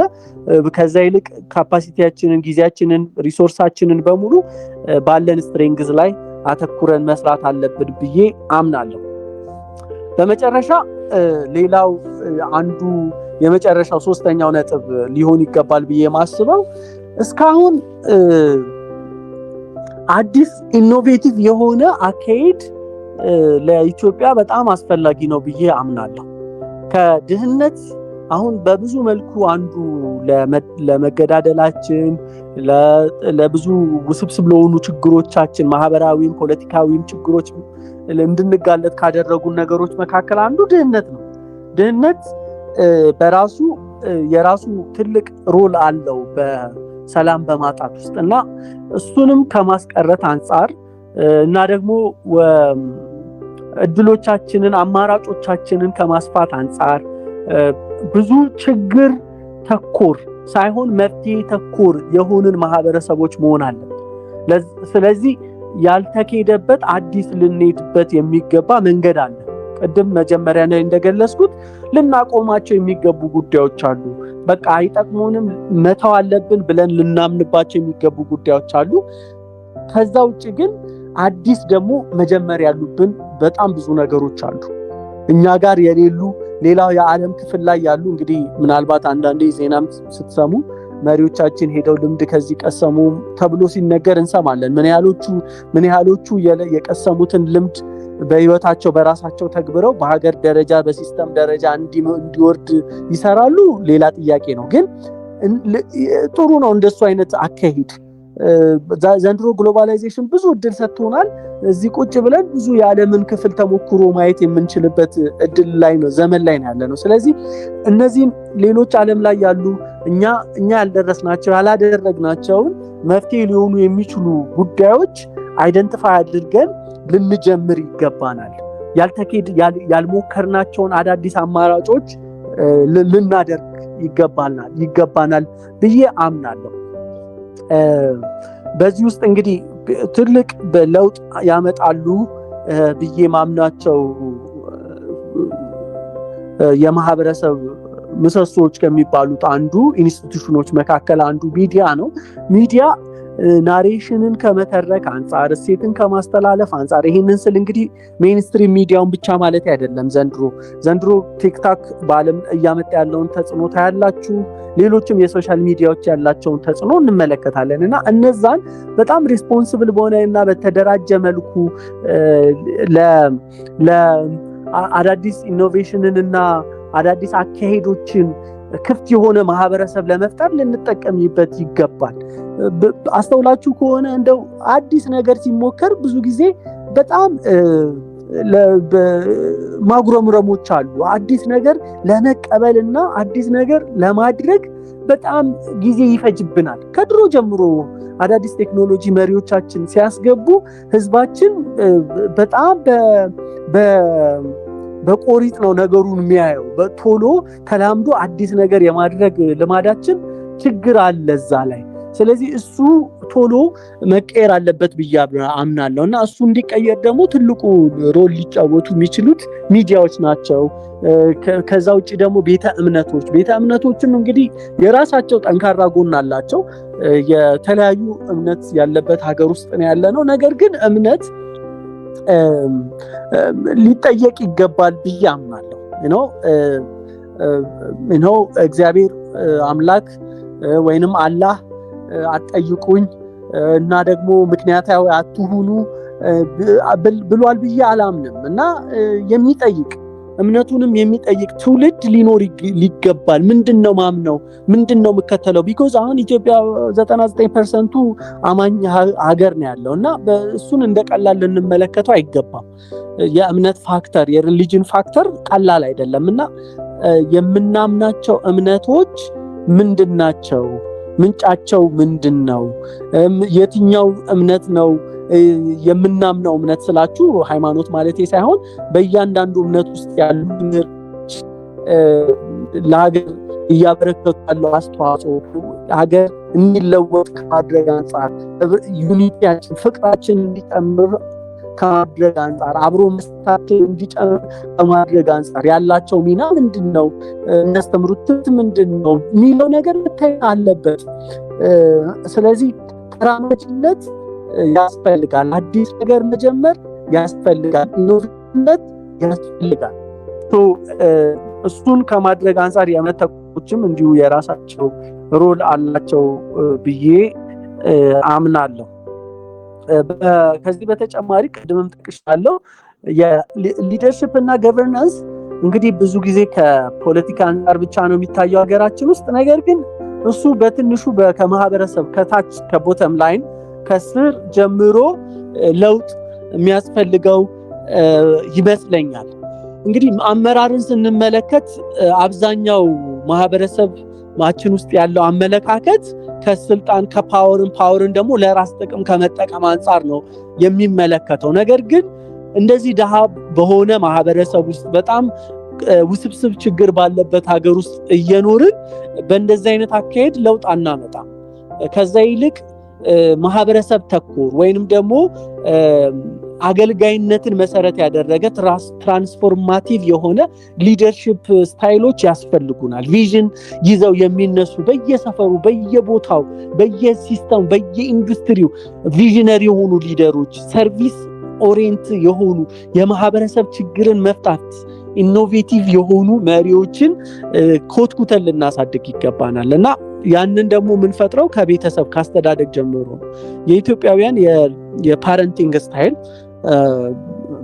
አውቶሪቴሪያን ነው እና አብዛኛው ቤት ውስጥ የምታዩት የአስተዳደግ ስርዓት አውቶሪቴሪያን ነው እና በቃ ፈላጭ ቆራጭ ልጆች የራሳቸው ድምጽ የማይሰማበት ዲስከሽን የሌለበት ዝንባሌዎች። አሁን ከተሜው ላይ ትንሽ ለውጥ አለ። እንደውም ከተሜው ወደ ሌዘስፌር እያደላ ነው ልጆች እንደፈለጉ እንዲሆኑ የመፍቀድ ዝንባሌም እየታየ ነው። እሱ ደግሞ የራሱ ኮንሲኩዌንስ አለው። ስለዚህ በጣም ከፓረንቲንግ ስታይል ጀምሮ እድር ከመምራት ጀምሮ እቁብ እና በየሰፈሩ ያለው አመራር ባህላችንን እና እሴታችንን ቀይረን በመሪዎቻችን በሚኒስቴርና በፖለቲካል መሪዎች በእምነት ተቋሞች ያሉ የአመራር ስርዓቶቻችን ሊፈተሹና እነሱም በአዲስ ማካሄድ በአዲስ የሊደርሺፕ ስታይል ሀገርን ሊለውጥና ሊጠቅም በሚችል መንገድ ሊቃኙ ይገባሉ ብዬ አምናለሁ ማለት ነው። ስለዚህ በአጠቃላይ ልናቆማቸው የሚገቡ ነገሮች አሉ፣ ይዘናቸው ልንቀጥላቸው የሚገቡ ነገሮች አሉ፣ እንዲሁም ደግሞ አዲስ መጀመር ያሉብን ጉዳዮች አሉና እነዚህን ጉዳዮች በደንብ አይደንቲፋይ ተደርገው ሊሰራ ይገባል ብዬ አስባለሁ ማለት ነው። ስለዚህ የኢትዮጵያ ችግር ኮምፕሌክስ ነው። እንደዚሁ በቀላሉ ይሄ ነው ብለን አንድ ነገር ብቻ ብለን ልንፈርጀው አንችልም፣ ውስብስብ ነው። ስለዚህ ሶሉሽኑ ሲስተማቲክ ነው። ከዛ ደግሞ ሶሉሽኑም ደግሞ አንድ አካል መንግስት ብቻ የሚያመጣው ነው ብዬ አላምንም።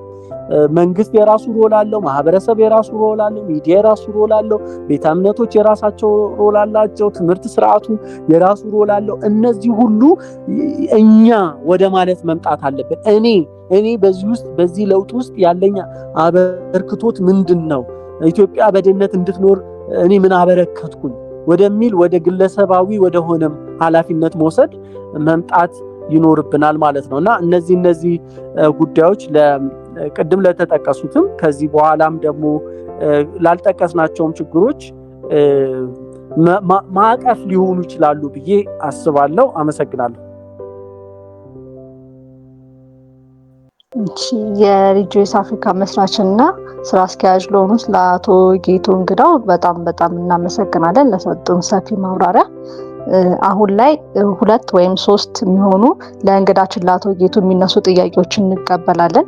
መጠየቅ ይቻላል? ምናልባት መግባት ይችላለሁ? አዎ ይቻላል።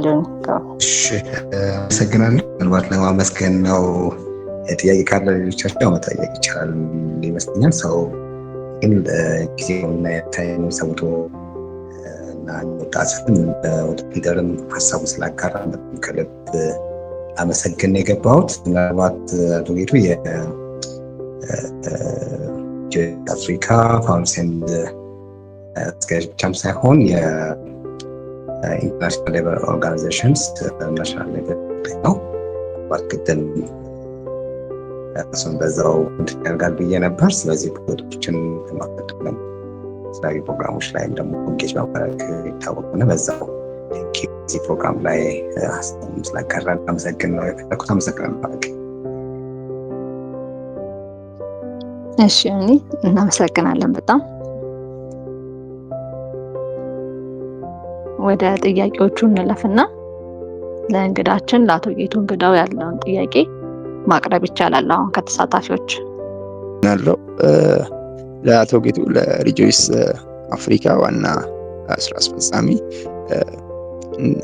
ጥያቄን ለማቅረብ ነበርና በመጀመሪያ እሳቸው ላቀረቡልን ሰፋ ያለ ማብራሪያ ከልብ መነጭ ምስጋናን ማቅረብ እፈልጋለሁ። እሺ ጥያቄውን ለመድገም ያክል በመጀመሪያ እሳቸው አቶ ጌቱ የሪጆይስ አፍሪካ ዋና ስራ አስፈጻሚ በዚህ መድረክ ላይ ቀርበው ላቀረቡልን ሰፋ ያለ ማብራሪያ እና ሐሳብ ከልብ የመነጨ ምስጋናን ማቅረብ እፈልጋለሁ።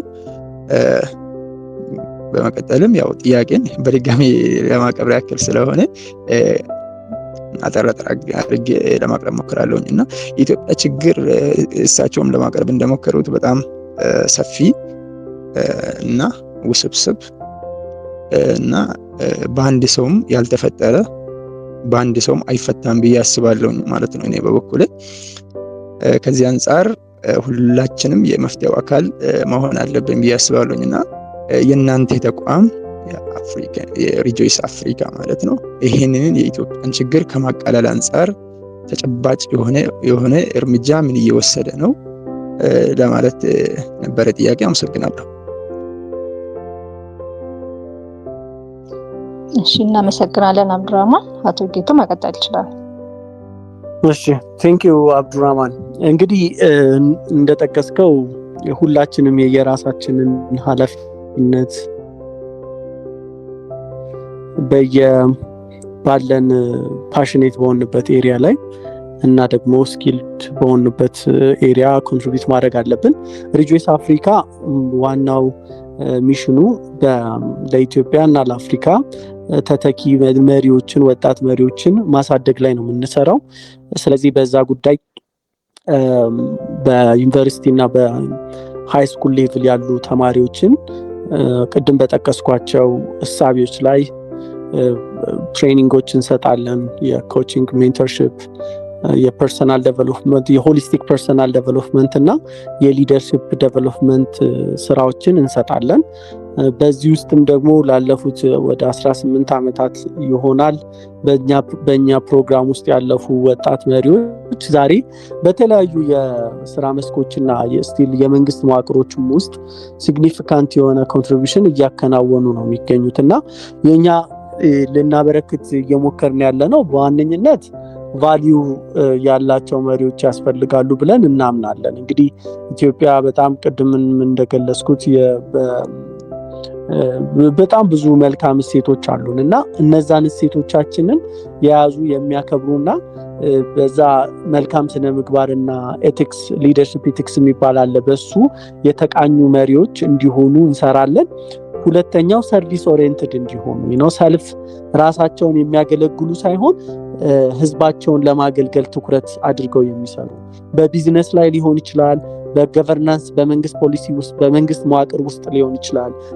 በገቡበት የትኛው መዋቅር ውስጥ ሞቲቬሽናቸው ኢነር ሞቲቬሽናቸው የራስ ጥቅም ሳይሆን የህዝብ ጥቅም ችግር መፍታት እና ለህዝብ ማገልገል ውስጥ ያለውን እርካታ እንዲመለከቱ ከልጅነታቸው ይህንን ጽንሰ ሐሳብ የማስረጽ ስራዎችን እየሰራን እንገኛለን። ሌላው እንግዲህ ቅድም ጠቅሻለሁ፣ ኢኖቬሽን ኢዝ ቬሪ ቢግ ጉዳይ። ባለንበት ብዙ ኋላ ቀርነት የባህል ያደራረግ ብዙ ሊቀየሩ የሚገባቸው ጉዳዮች አሉና መፍትሄ ተኮር የሆኑ ችግር ላይ ብቻ ችግር ከትውልድ ከአባቶቼ ከእናቶቼ ወረስኩ ብለው የሚቆሙ ሳይሆን እኔ ለምን እንደዚህ ሆንኩኝ፣ ከዚህ መውጣት አልችልም ወይ፣ ለመውጣት ያሉት መንገዶች ምንድናቸው ብለው ችግር ሳይሆን መፍትሄ ተኮር የሆኑ መሪዎች እንዲሆኑ እየሰራን እንገኛለን። ከዚህ ጋር ተያይዞ ኢትዮጵያና አፍሪካ ከድህነትና ከኋላ ቀርነት ካሉብን ውስብስብ ችግሮች ነፃ ለመውጣት ካስፈለገ ዩኒቲ አማራጭ የሌለው ጉዳይ ነው። አውሮፓውያን በጣም በጂኦግራፊካል ሎኬሽን በሉት በብዙ መልኩ ዲስአድቫንቴጅስ የሆኑ ማህበረሰቦች ናቸው። ነገር ግን አርሊ ጊዜ እንዴት አብረው መቆም እንዳለባቸው በተለይ ከሁለተኛው ዓለም ጦርነት በኋላ በረብ ነው የተማሩት። ስለዚህ ያ እንዴት እየረዳቸው እንደሆነ እየተመለከትን ነውና እኛ ደግሞ ካለን ብዙ አድቫንቴጅ አንፃር አፍሪካውያን ኢትዮጵያውያን እንዴት አብረን መቆም እንዳለብን ካመንን ለውጥ የማይመጣበት ትልቅ ምክንያት የለም። ስለዚህ እነዚህን ሐሳቦች ታዳጊ ልጆች ላይና የዩኒቨርሲቲ ተማሪዎች ይዘው ራሳቸውን ለአመራር እንዲያዘጋጁ እየሰራን እንገኛለን። በጣም እናመሰግናለን አቶ ጌቱ። አንድ የመጨረሻ ጥያቄ ካለ ወደሱ ማለፍ እንችላለን። ካልሆነ ወደ ቀጣይ ፕሮግራማችን ከመሄዳችን በፊት አንድ ጥያቄ ካለ እሱን መቀበል እንችላለን።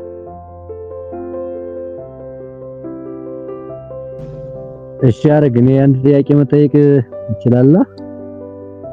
እሺ አይዲ።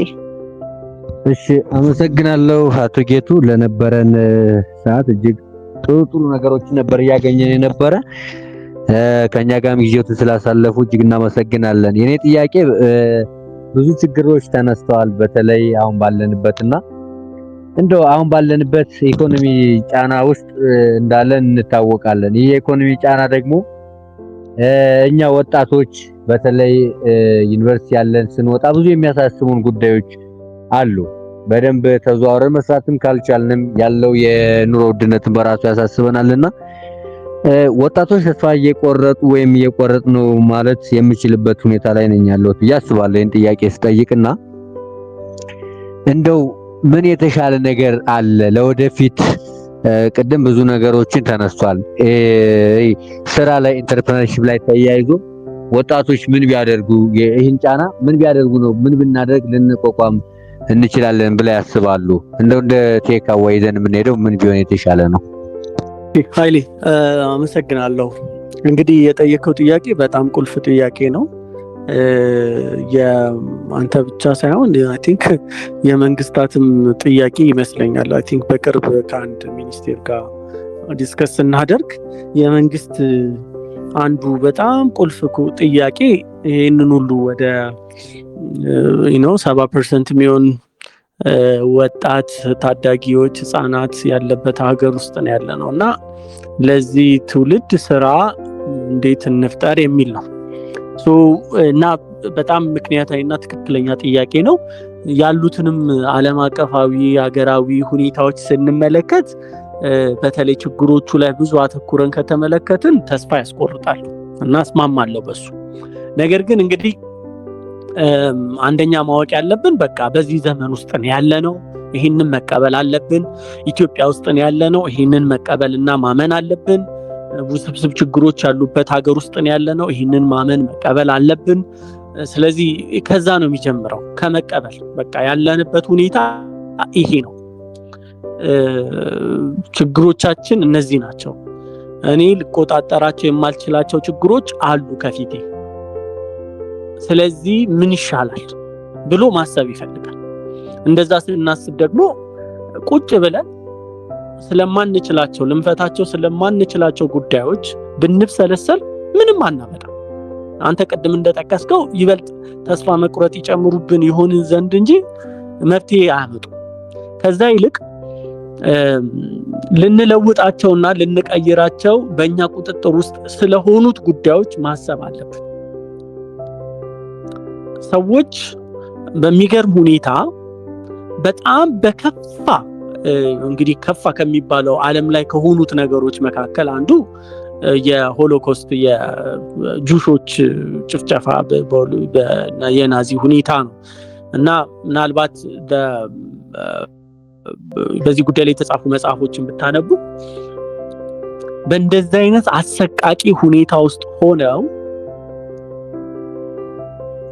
ከችግሩ ይልቅ መፍትሄ ሊመጣ እንደሚችል ያመኑ ሰዎች አሁን እኛ ያለንበት ለሄቨን ነው ቱ ቢ ኦነስት ከነሱ ሁኔታ አንፃር ሲወዳደር በዛ ጭልም ባለ አስቸጋሪ የከበደ ዘመን ውስጥ ተስፋ ይዘው መውጣት የቻሉ ሰዎች ነበሩ። እንዴት ካላችሁ ሚኒንግ ነበር ሲፈልጉ የነበረው። በጨለማ ውስጥ ከባድና ውስብስብ ችግር ባለበት ሊፈታ በማይችል ተስፋ በሚያስቆርጥ ሁኔታ ውስጥ ሚኒንግን መፈለግ ይቻላል። ይሄ ግን ምርጫ ነው። ስለዚህ እኔ ለማበረታታው ወጣቶቻችን ለህይወት ሚኒንግን መፈለግ አለባቸው። እንግዲህ አሁን እዚህ ውስጥ ዘለቅ ብዬ መግባት ካለን ጊዜ አንፃር ስለማልችል በዳበሳው ነው ማልፈው። ከባባድ ቀናቶችን የሚያሳልፈን ሚኒንግ ነው። ስለዚህ የህይወታችንን ሚኒንግ የምንኖርለት ምክንያት ፐርፐስ እንዲኖረን ኤክስፕሎር ማድረግ አለብን። እሱ መፈለግ አለብን። ያንን የምናደርገው ቀደም እንዳልኳችሁ ነው።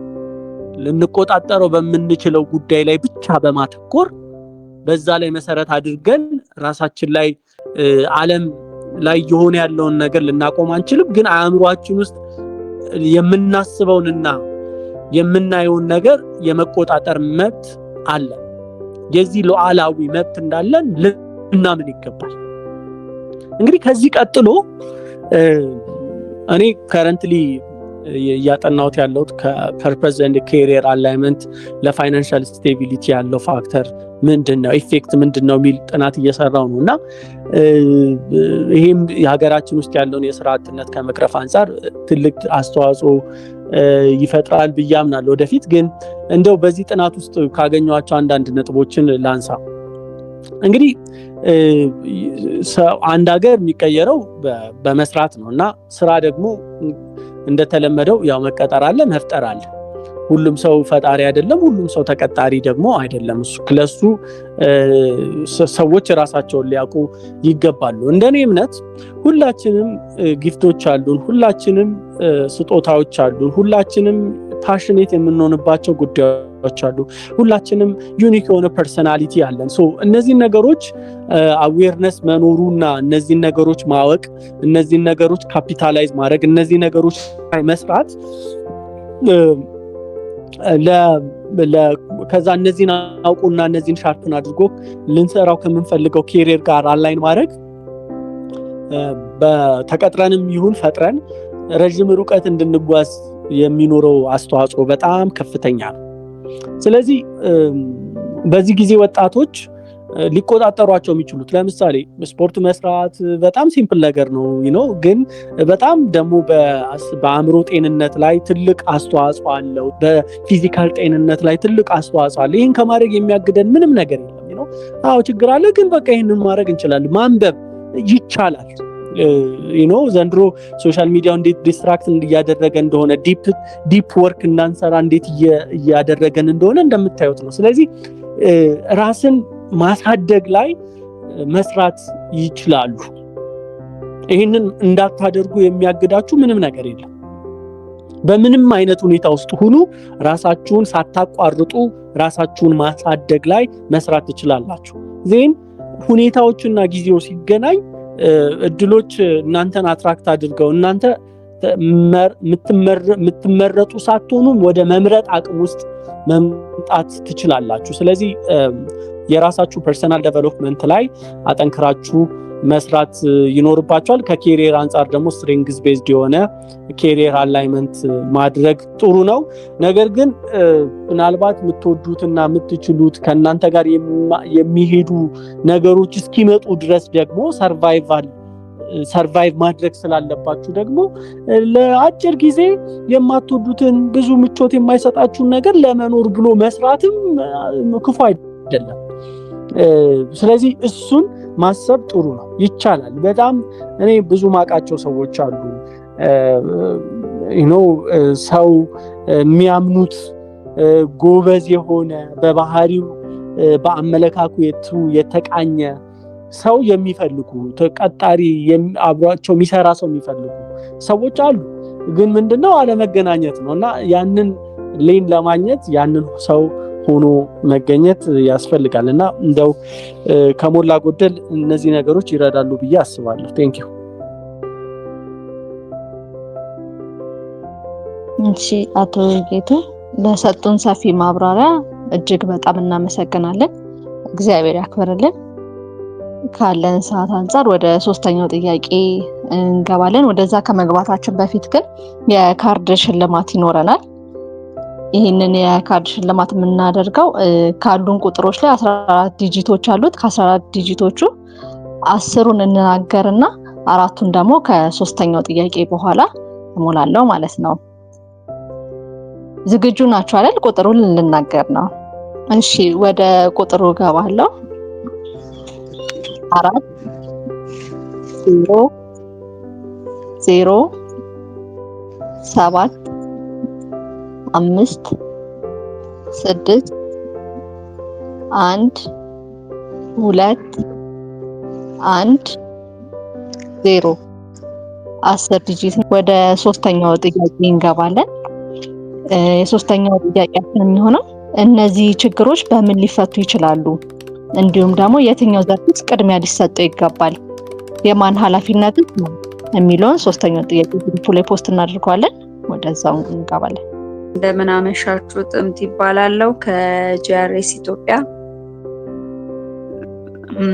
የሶስተኛውን ጥያቄ ከማንሳቴ በፊት አቶ ጌቱን ለማመስገን እፈልጋለሁ። በጣም ጥልቅ የሆነ ማብራሪያ ነው የሰጡን። ያው እሁድ ውድ ጊዜ ነው እና ውድ ጊዜዎትን ስላካፈሉን እጅግ አድርገን እናመሰግናለን ማለት እፈልጋለሁኝ። ወደ ጥያቄው ስገባ እነዚህ ችግሮች በምን ሊፈቱ ይችላሉ? የትኛው ዘርፍስ ቅድሚያ ሊሰጠው ይገባል? የማን ኃላፊነት ነው የሚለው እነዚህ ችግሮች ሲጠቃቀሱ የነበሩ ችግሮችም ሌሎች ኢትዮጵያ ውስጥ ለሁላችንም ግልጽ የሆኑ ችግሮች አሉና እነሱ ሊፈቱ የሚችሉት በጋራ በጥምረት በመስራት ነው።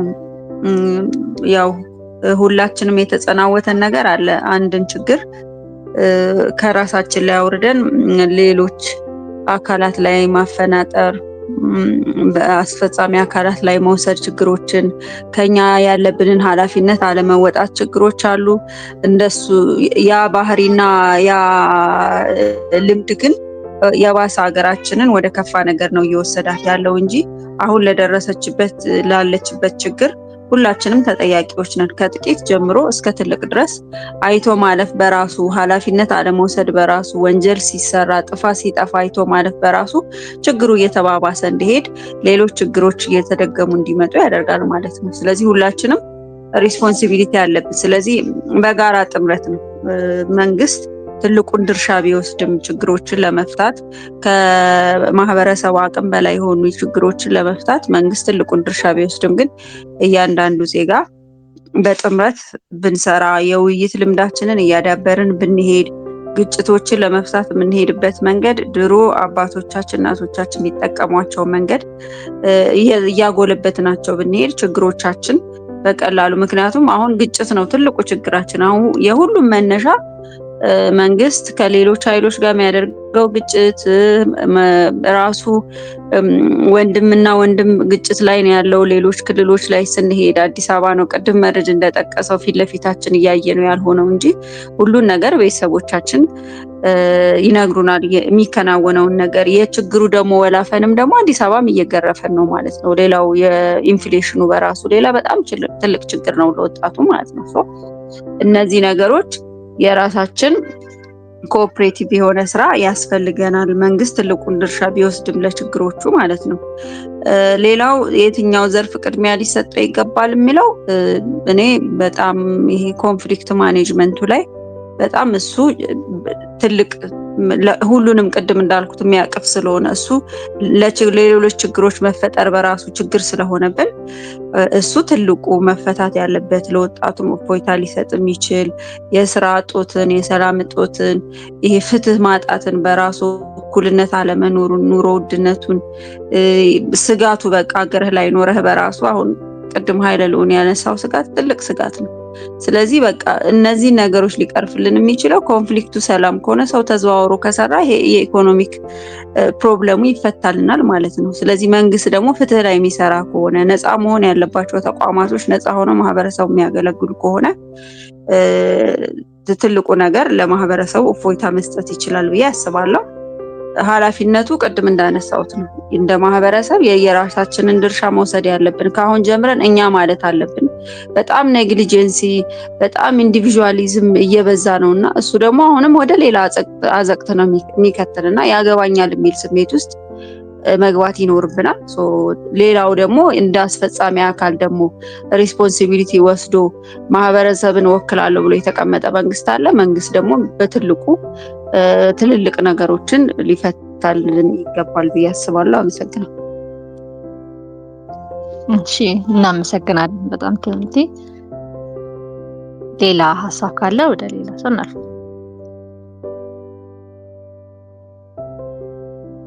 ማግባት እችላለሁ? ይቻላል። እሺ፣ ቴንኪው በጣም አመሰግናለሁ።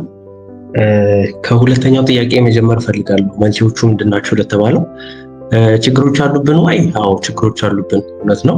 ምናልባት ግን እሱ ላይ ራሱ ትንሽ የቃል እንትንም ሳያስፈልግ አይቀርም። ችግር ውስጥ ነን ወይ እና ችግሮች አሉብን ወይ የሚለው ትንሽ ልዩነት አሉት እና ችግሮች አሉብን በደንብ የሰላም ችግር አለብን። የኢኮኖሚ ኢንፍሌሽኑ በጣም ብዙ ችግሮች አሉብን። ችግር ውስጥ ነን ግን ብዬ አላስብም። ከዚህ በፊት በዚህ ርዕስ ተወርቶበታልና ችግር ውስጥ ነን የሚለው ግን ትንሽ ያልሆነ ብዥታም ሊፈጥር ይችላልና ችግሮች አሉብን በሚለው ይዘን ወደዛ መሄድ የምንችል ይመስለኛል። ምናልባት ችግሮቹን ያው ቅድም ሌሎችም ያሉት እንደነበረው እኔም የተወሰኑትን ነካክቻቸዋለሁ። መንስኤዎቹ ምንድናቸው የሚለው ላይ ግን መንስኤያችን እኔ ድህነታችን የወለደው ነው ብዬ አስባለሁ። ድህነታችን የወለደው ስራ አጥነት ነው ብዬ ነው የማስበው በዋናነት። ምክንያቱም የሰው ልጅ ለመብላት የሚፈልገውን ነገር ሲያጣ መብላት የሚፈልገውን ነገር ማግኘት የሚችልበትን አማራጮች ይፈልጋል። በፍትህ ላይ ያለው ሰው የሚያገኘው ደሞዝ ቤተሰቡን ልጆቹን ማስተዳደር የሚያቅተው ከሆነ ፍትህን በማዛባት ራሱን ለማኖር ይሞክራል ማለት ነው። ሌላውም አካል እንደዛው ህይወቱን ለማቆየት ኑሮውን ለመምራት ሲል ያልሆኑ ነገሮችን ያደርጋል። ስራ አጥነቱም ደግሞ በዛው ልክ ሰዎች ስራ ስለሌላቸው ቁጭ ብለው ፖለቲካን ስለመፈትፈት ታሪክን፣ ማንነትን፣ ዘርን፣ አጥንትን ወደ መቁጠር ይሄዳሉና ድህነታችን የወለደው ስራ አጥነታችን ደግሞ ነገሮች ከፍ ወዳለ ደረጃ እንዲሄዱ ምክንያት ሆኗል ማለት ነው።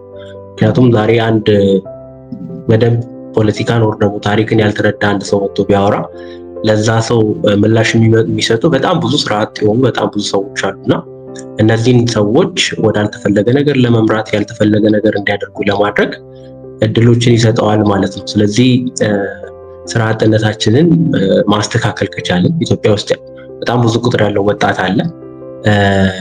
ወጣቱን ብቻ አይደለም ሌላውም አካል በጣም የሚሰጋበት የኢኮኖሚ ሁኔታ ነው ያለውና ያንን ማስተካከል ከቻለን ብዙ ነገሮችን ይፈታል ማለት ነው። ናሽናል ኮንሰንሰስ በሱነቱና ቢሆኑ ከድህነታችን ገኙ ናቸው። በብዛት ነው ሀገራቸውን ብዙ የጠሩ ሰዎች ድህነት ብዙ ጊዜ ደህና ናቸው። እኔ ምን ያለው ማለት ይሸሹ ያም ድህነት የወለደው የአንደኛውን ነገር ለሄደው አንፃር ሌባው ይመዘኛ ከዛ አንፃር ሰዎች ለመኖር ሲሉ አልሆኑ ነገር በቻለ ነው ሌሎች የሚያዝጉን ያልሆነ ነገር እናደርግ ድህነታችን ነው። ብዙ ጊዜ ችን እንደዚህ አይነት ጣብን ስንል ድሃል የሚል ነገር ይነሳል እና ድሮ ድሃም ብንሆን የዚህ ያህል የህዝብ ቁጥር የለንም። ከማሳ ቆርጠን ወር ያለውን ነገር ተጠቅመን ያለን የአኗኗራችን ሁኔታ በራሱ ድሃ ብንኖርም ለመኖር አስቸጋሪ ሁኔታ ቆይቷል። አሁን ግን ያለው ሁኔታ የሚያስገርም አንደኛ ዓለም በራሷ እየተቀየረች ያለበት ሁኔታ ድሃ ሆኖ በመቀጠል መኖር ያለበት ሁኔታ አይደለም። ሁለተኛ ዓለም ላይ ያለው ችግር ወደኛ እንዲመጣ ያደርገዋል። ሶስተኛ ደግሞ የህዝብ ቁጥራችን በጣም እየጨመረ ነው ያለው። ስለዚህ ድሮ መልኩ ያገኘውን በልተን ያገኘውን ጠጥተን መኖር የምንችልበት አይነት ሁኔታ ላይ አይደለም። ስለዚህ ድህነታችንን እስካልቀየርን ድረስ መባላታችን በክፋት መታየታችን አይቀርም። ዋናው የችግራችን መንስኤ ድህነታችን ነው። ስለዚህ ድህነታችን ላይ ኢኮኖሚያችንን በደንብ ማሻሻል ከቻልን ይህንን መጠላላቱን መከፋፋቱን ያሉብን ችግሮች በትልቁ መቀየር እንችላለን ብዬ አስባለሁ። ስለዚህ እሱ ቅድሚያ ሊሰጥ ይገባል ብዬ አስባለሁ። የማን ኃላፊነት ነው የሚለው ላይ የሁሉም ሰው ኃላፊነት ነው። ስራን ሳንነቅ መስራት፣ ከትንሽ ነገር መጀመር መቻል፣ አዳዲስ እይታዎችን ለመሞከር አዳዲስ ነገሮችን ለማየት መሞከር መቻል አለብን። ምንም እንኳን መንግስት ትልቅ ኃላፊነት ቢኖርበትም እያንዳንዱ ሰው ግን የራሱ ኃላፊነት አለበት ለማለት ፈልጋለሁ። ቴንኪው በጣም እሺ ታሜም በጣም እናመሰግናለን። ወደ ሌላ ሰው ሀሳብ ማለፍ እንችላለን። የሶስተኛውን ጥያቄ እነዚህ ችግሮች በምን ሊፈቱ ይችላሉ? የትኛው ዘርፍስ ቅድሚያ ሊሰጥ ይገባል? እንዲሁም የማን ኃላፊነት ነው የሚለውን ጥያቄ ሀሳብ መስጠት የሚፈልግ መግባት ይችላል። እሺ እኔ መግባት እችላለሁ? አረግ አዎ ይቻላል።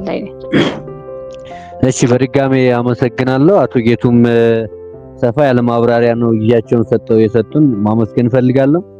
ከዚህ በተረፈ ብዙ ሀሳቦች ተነስተዋል። ያይናዱ የነበረ ታሜ አሁንም ማስተካከያ ሰጠናል።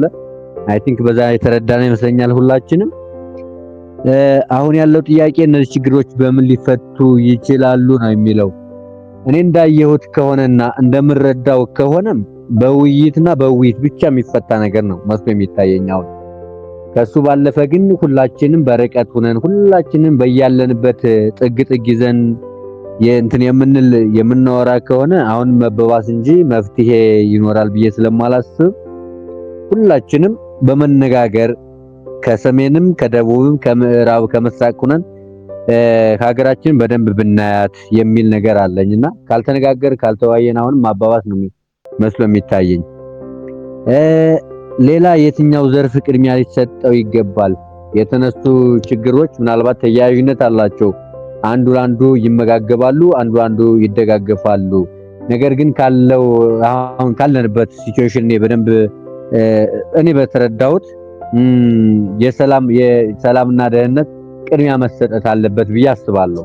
ከሱ ላይ ከተሰራ በደንብ ወደ ሌሎቹ መሄድ ስለምንችል ሰላምና ደህንነታችን ላይ በደንብ ከተሰራን ኢንፍሌሽንም ስራ አጥነትም ያልነው በብዙ መቀነስ ስለሚችል ቅድሚያ ከሱ ላይ ሰጠን ቢሰራ የሚል ነገር አለኝ። ምክንያቱም ምንም እንኳን አንዱ ቢደጋገፍም ቅድሚያ ደግሞ ምንድነው መጀመሪያ መቀመጫዬና ለዝንጀሮ ነው ይባላል።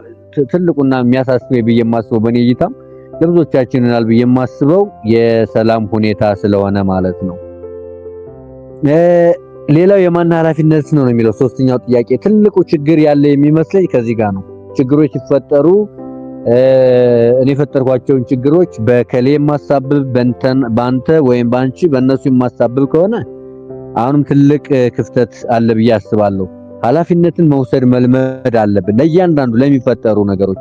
በነገራችን ላይ ኃላፊነት የሚወሰደው ብዬ የማስበው በመልካም ስራም በመጥፎም ስራ ነው እና እንዳለመታደል ይሁን እንደምንም ብዙ ምንድነው መጥፎ ስራዎች ሲሰሩ ራሳችንን ለማምለጥ ራሳችንን ተጠያቂም ላለማድረግ ይሄ በሰዎች የማላከክ ሁኔታው አለና ከላይ ያወራናቸውን ያንዳንዶችን ለማድረግ የኔ ኃላፊነት ብለን መጀመር አለብን።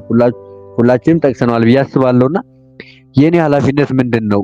እኔ እድሜ ለምን ደርሷል? ለምሳሌ እኔ ኃይሌ እንዳንድ ተማሪ በዚህ ሰዓት ምን ማድረግ ይችላል የሚለው ነገር በደንብ ማሰብ አለብኝ።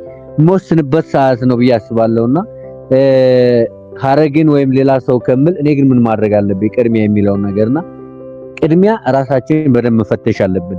ሌላ ግን በየፈርጁ ያሉ ከፌደራል መንግስቱ ጀምሮ እስከ ክልል ያሉ በየተዋቀረ ስርዓት አለው። እሱ ስርዓቱ ደግሞ የዜጎችን ደህንነት የማስጠበቅ ነው። ሌላ ምንም የተለየ አይነት ስርዓት የለም መንግስት ሲመሰረትና እሱ እያንዳንዱ ተግባሩን ተጠያቂነት ይሄ አካውንቴቢሊቲ የሚባለው ነገር ትራንስፓረንሲ የሚባለው ነገር በደንብ ቢታያስ ብያስባለሁ። ከግለሰብ ባለፈ ደግሞ ይሄ መዋቅራዊ የሆነው ስርዓቱ መፈተሽ አለበት። ከሰላምና ደህንነት አንፃር በተለይ ሲታይ እሱ በደንብ ከተፈተሸ ወደ ተሻለ ምንድነው ሀገራችን ሁሌ እንላለን የተሻለች ሀገር ነች። ከየትኛውም ዓለም የተሻለች ሀገር ነች። በሪሶርስም በሀብትም በህዝብም የተሻለች ሀገር ነች እና ግን ይሄ ኃላፊነት ላይ በደንብ ካልተሰራ አሁንም ይሄ ያንተ ነው ያንቺ ነው ይሄ መንግስት ነው በዚህ ውጡ በዚህ ውረዱ ይሄን ያለፈ የሚል ነገር ይቀመጣል። ግን ኃላፊነት ካልወሰና አሁንም የባሰ ነገር ነው ሊገጥመናል ብዬ የማስበው። ሌላው ግን ደግሞ ከዚህ ጋር ተያይዞ ኃላፊነት ሲባል በራስ ተነሳሽነት የሚሰሩ ስራዎች ይኖራሉ ብዬ አስባለሁ። የሆነ ስራ ክፍተት ስናይ ሰውን ሳንጠብቅ አንድ ሰው አራያ ከሆነ ለዛ ቦታ አራያ ከሆነ በርግነት ብዙ ሰው የሚከተለን ሰው ይኖራል ብዬ ስለማስብ እንደው ይሄ መልካም ሰውነት የሚለው ነገር አስበን መልካም ስራ ላይ ብናዝነብል ምንም ጥቅም እንኳን ባናገኝበት አእምሮአችን ጥሩ ማሰብ ከቻለ ስለሰው መልካም ነገር ካነጋገር ጀምረን ካነጋገር ስል በዙሪያችን ብዙ ሰዎች ሊኖሩ ይችላሉ። ምናወራቸውን ነገሮች ስርዓት ጠብቀን ካወራን ማንነትን የማይነኩ ከሆነ ያ ሰው ደግሞ ከኔ ካንቺ ከሌሎች ነው ሊማር የሚችለውና በዚህ መንገድም ሰዎችንም ማስተማር ይቻላል። የተሻለ ነገር የተሻለ ስራ መስራት ይቻላል ብዬ አስባለሁና በእኔ በኩል ያለኝ ምልከታ የመጨረሻዊ ነው። አመሰግናለሁ። እሺ አይሌ በጣም እናመሰግናለን። አንድ የመጨረሻ ሀሳብ እንስማና የካርዱን ቁጥር ተናግረን ወደሚቀጥለው እናልፋለን። ሶስተኛው ጥያቄ የሚለው እነዚህን ችግሮች በምን ሊፈቱ ይችላሉ? የትኛው ዘርፍስ ቅድሚያ ሊሰጠው ይገባል? እንዲሁም የማን ኃላፊነት ነው የሚለውን አንድ ሀሳብ እንስማና ወደሚቀጥለው እናልፋለን። ይሄ መቀጠል ይችላል? አዎ ይቻላል። ዘባ እሺ እንደምን አመሻችሁ። እንግዲህ ትንሽ ዘገይት ብዬ ነው የገባሁት። ኔትወርክ ያስቸግራል ያለሁበት አካባቢ ትንሽ ወጣ ያለ ስለሆነ አቶ ጌቱ ቅድም ሲሉት የነበረ አንድ ፖይንት አለና በጣም ወሳኝ ስለሆነ እሱ ላይ የተወሰነ ኢንፋሲስ ለመስጠት የሚያክል ነው ማለት ነው። ችግሮች በጣም ብዙ ችግሮች ተብለዋል። ምናልባትም ዛሬ ላይ ከምንጠብቀው የበለጠ ችግርም ሀፕን ሊያደርግ የሚችልበት ሁኔታም ሊኖርም ይችላል ላይኖርም ይችላል። ችግር ኦልዌይስ ያው ከሰው ልጆች ጋር ሊኖር የሚችል ነገር ስለሆነ ማለት ነው። ምናልባትም እንደ ሰው እኛ ኮንትሪቢዩት አደረግን የምንለው ችግር መፍታት ስንችል ነው እንጂ ኦልዌይስ ችግሮቹ ማይኖሩበት ሲቹዌሽን መፍጠር ስንችል አይደለም። እና እሱን ለመፍታት ማድረግ ያሉብን ነገሮች ብዬ እኔ በጣም ማስበው ጀስት እውቀት ላይት ነው ብርሃን ነው እና ማወቅ ይኖርብናል ችግር ምን እንደሆነ። ከዛ በኋላ እኛ ደግሞ ምንድነው እዚህ ቦታ ላይ የመጣንበት ፐርፐዝን ማወቅ በጣም ወሳኝ ነገር እንደሆነ ነበር ሲያነሱ የነበረውና ፐርፐዝ ካለው የሰው ልጅ የራሱንም ችግር ፈቶ ለሌሎችም ደርሶ ማለት ነው የሚፈልገው ማለት ነው። ስለዚህ ያንን ነገር ግልጽ እንዲሆንለት ማድረግ መቻል እሱ ላይ በደንብ መስራት አስፈላጊ እንደሆነ ነው የሚሰማኝና ቅድሚያ ሊሰጠው የሚገባውም ይሄው ነው። ምናልባት ይሄ የሰላም ችግር ሊኖርብን ይችላል፣ ኢኮኖሚካል ችግሮች ሊኖርብን ይችላሉ፣ ሌላም ፕሮብሌሞች ሊኖሩ ይችላሉ። ለአንድ ጊዜ ችግሮች ሊፈቱ ይችላሉ። ምናልባት የራበውን ሰው አንዴ ልናበላው እንችላለን። ገንዘብ ያጣን ሰው አንዴ፣ ስራ ያጣን ሰው አንዴ የስራ እድል ልንፈጥርለት እንችላለን።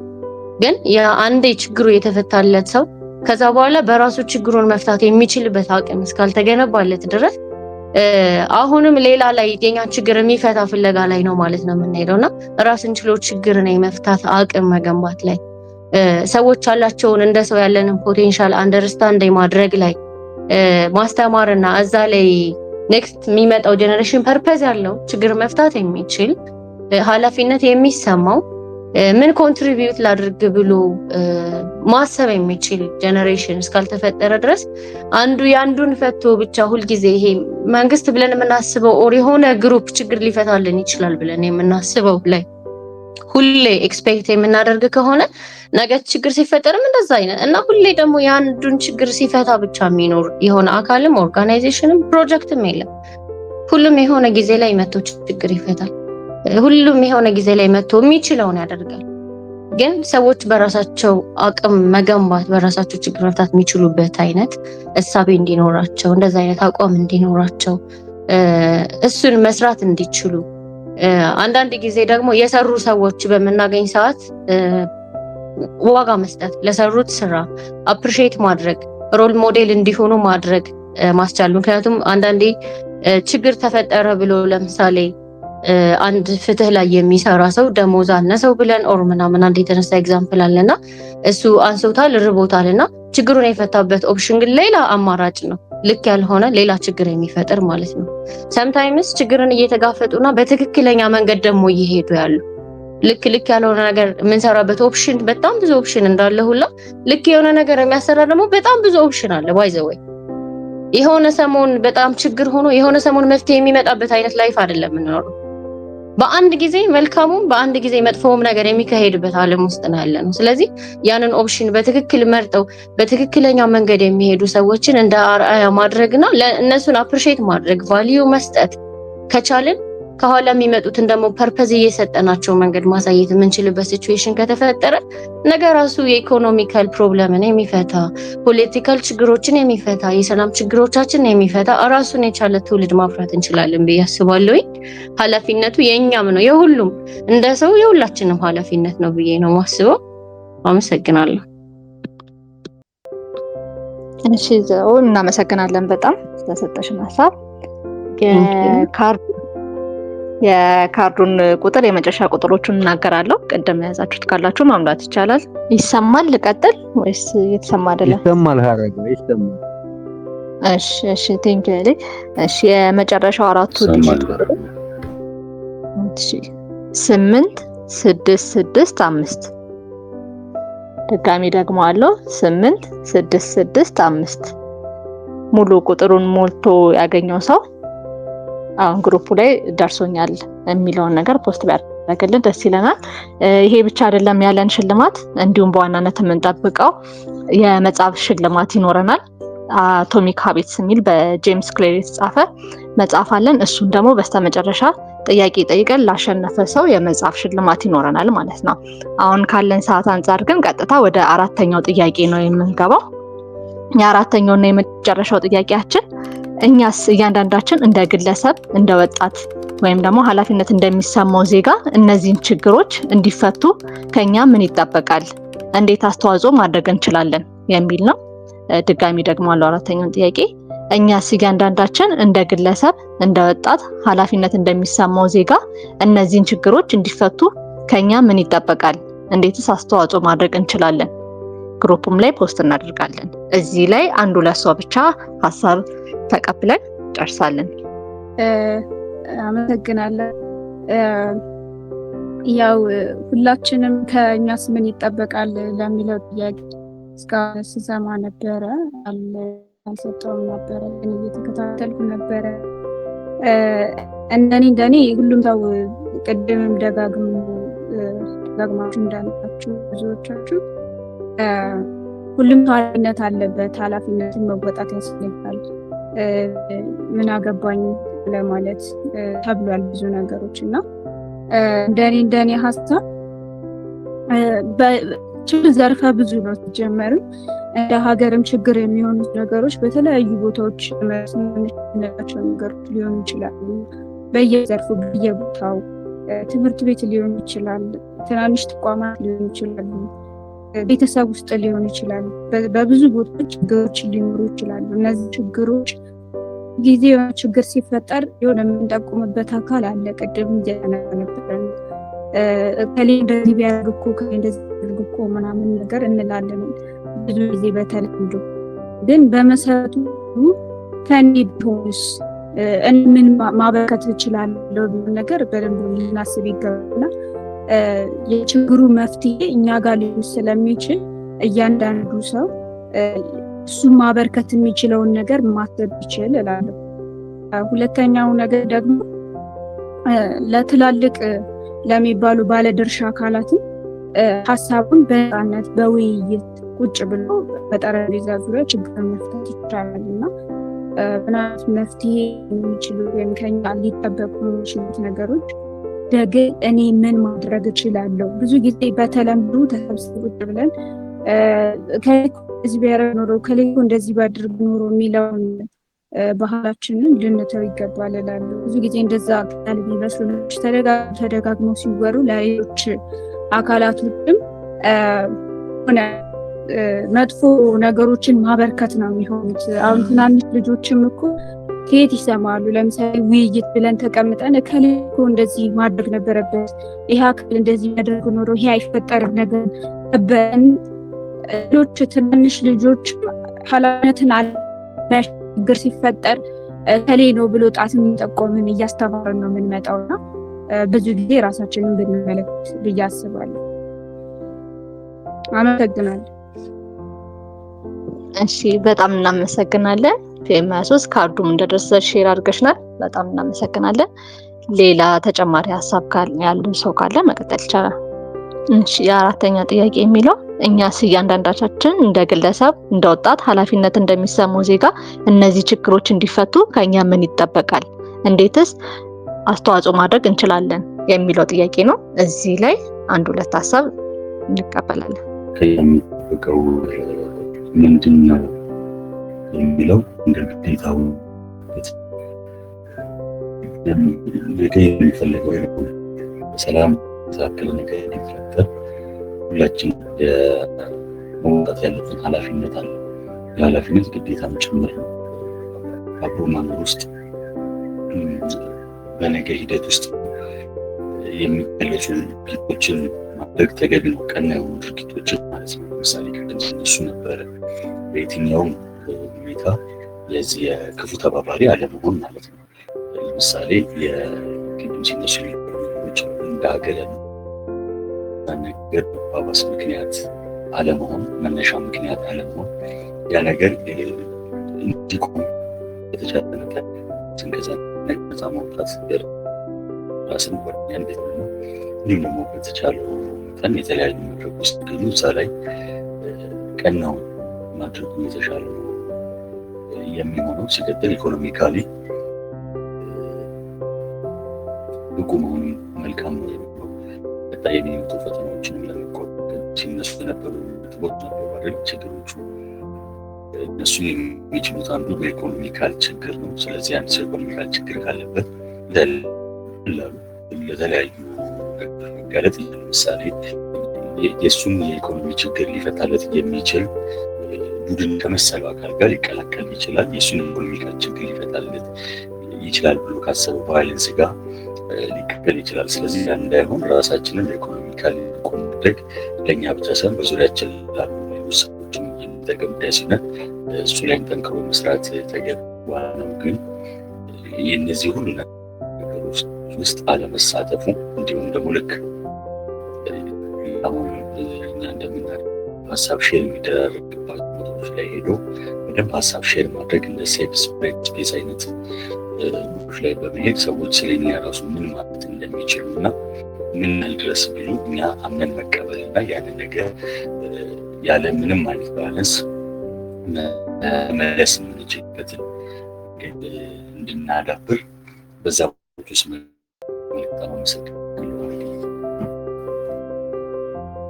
እሺ፣ እናመሰግናለን። አወል አንድ ተጨማሪ ሀሳብ ካለ እሱን መቀበል እንችላለን። በአራተኛ መግባት ይችላል።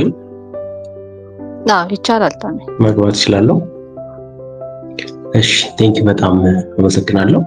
ምናልባት ቅድም የተነሳው ምሳሌ ላይ ትንሽ ግር የሚያደርግ ነገር ካለው ትንሽ እሱን እንትን ለማድረግ ነው። ከዛ ወደ ከኛ የሚጠበቃል የሚለው ላይ እንትን አደርጋለሁ። ብዙ አልቆይም እዚህኛው ላይ። ቅድም የፍትህ አካል ላይ የተነሳው ምሳሌ ኦፍኮርስ ሁለት አማራጮች ሊኖሩ ይችላሉ፣ ግን ጥሩን ለመምረጥ የሚያስችል አይደለም። ድህነት በባህሪው ድህነት አስገዳጅ ነው።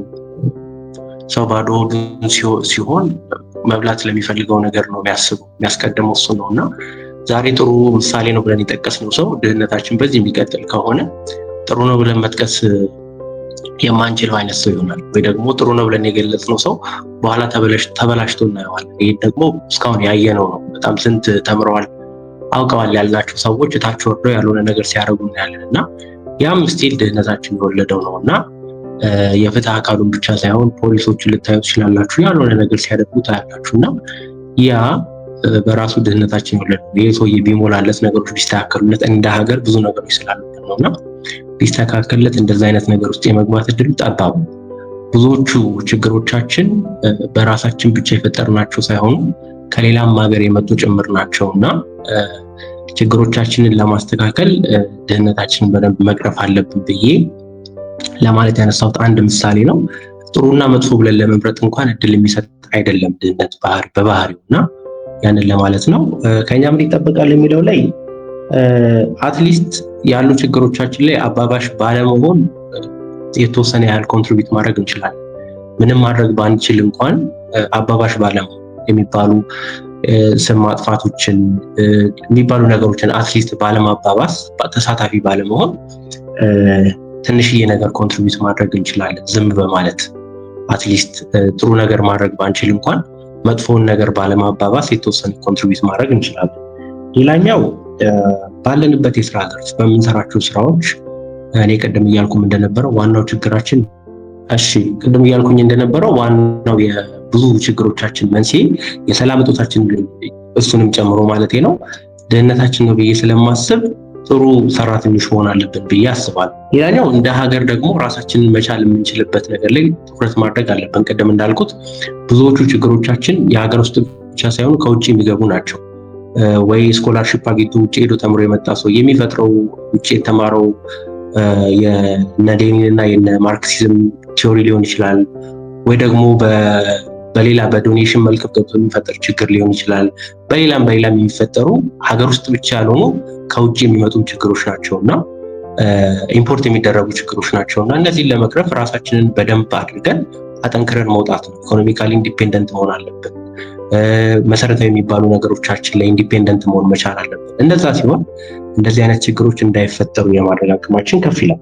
ሌላኛው የትምህርት ስርዓታችንንም በደንብ መፈተሽ አለብን ብዬ አስባለሁ። የትምህርት ስርዓታችን በዋናነት እኛን መሰረት አድርጎ የተቀረጸ ሳይሆን ሌሎች ሀገራትን እንደ ምሳሌ ወይ ደግሞ ኮፒ ፔስት ተደርጎ የመጣም ስለሆነ ለችግሮቻችን እንደ መፍትሄ ሳይሆን አባባሽ ሆኖ የሚፈጠርበት ሁኔታ አለና እዛም ላይ ትኩረት አድርገን በደንብ አድርገን መፈተሽ አለብን ብዬ አስባለሁ። ሌላኛው ወደ ራሳችን በደንብ አድርገን መመልከት የአኗኗር ስርዓታችን ላይ እምነታችን ላይ እንዴት ነው የምንኖረው፣ እስከዛሬ እንዴት ነበር እየኖርን የነበረው የሚለውን ነገር በደንብ አድርገን ማየት መቻል አለብን። ራሳችን ላይ ትኩረት ማድረግ ስንችል ችግሮቻችንም ከዛ ውስጥ የወጡ ስለሆነ ራሳችን መፍታት የምንችላቸውን መፍትሄዎች ማመንጨት እንችላለን ብዬ አስባለሁ እና እንግዲህ ከራሴ ጀምሬ እንደ ሀገር ምን ብናደርግ ለችግሮቻችን መፍትሄዎችን ማምጣት እንችላለን የሚለውን አስቻለሁ። ቴንኪው በጣም እሺ ሰዓታችን ትንሽ ገፋ ያደረግነው እኛም ስንገባ አረፈድፈድ አድርገን ስለነበረ ነው። እስካሁን ድረስ አብራችሁን ስለነበራችሁ በጣም እናመሰግናለን። የመጨረሻውን ጥያቄ መጽሐፍ የሚያሸልመው አቶሚክ ሃቢትስ በጄምስ ክሌር የተጻፈውን መጽሐፍ የሚያሸልፈውን የመጨረሻውን ጥያቄ እንጠይቅና ቀድሞ ግሩፑ ላይ ፖስት ላደረገልን ሰው ያንን መጽሐፍ እንሸልማለን።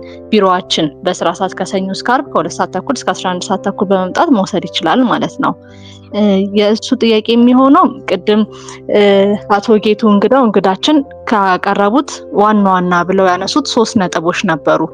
ከነዚህ 3 ነጥቦች ሁለቱም ወይም ደግሞ ቢቻል 3ቱን አብራችሁ ለጻፈልን ለመጀመሪያው ሰው የመጽሐፍ ሽልማት እንሸልማለን ማለት ነው። ጥያቄውን ተረድታችሁኛል አይደል? ምስል አቶ ጌቱ እንግዳችን ያቀረቡት 3 ዋና ሐሳብ ብለው በነጥብ ሲጠቅሱልን ነበረ። ከነሱ ነጥብ መካከል 2ቱን ወይም ደግሞ 3ቱንም አብራርቶ ለጻፈልንና ቀድሞ ፖስት ላደረገ አቶሚክ ሃቢትስ የሚለውን የጄምስ ክሌር መጽሐፍ ከቢሮአችን መውሰድ ይቻላል ማለት ነው። እሺ በዛሬው ላይ የነበረን ውይይት እጅግ በጣም ደስ የሚል ቆይታ ነበረ።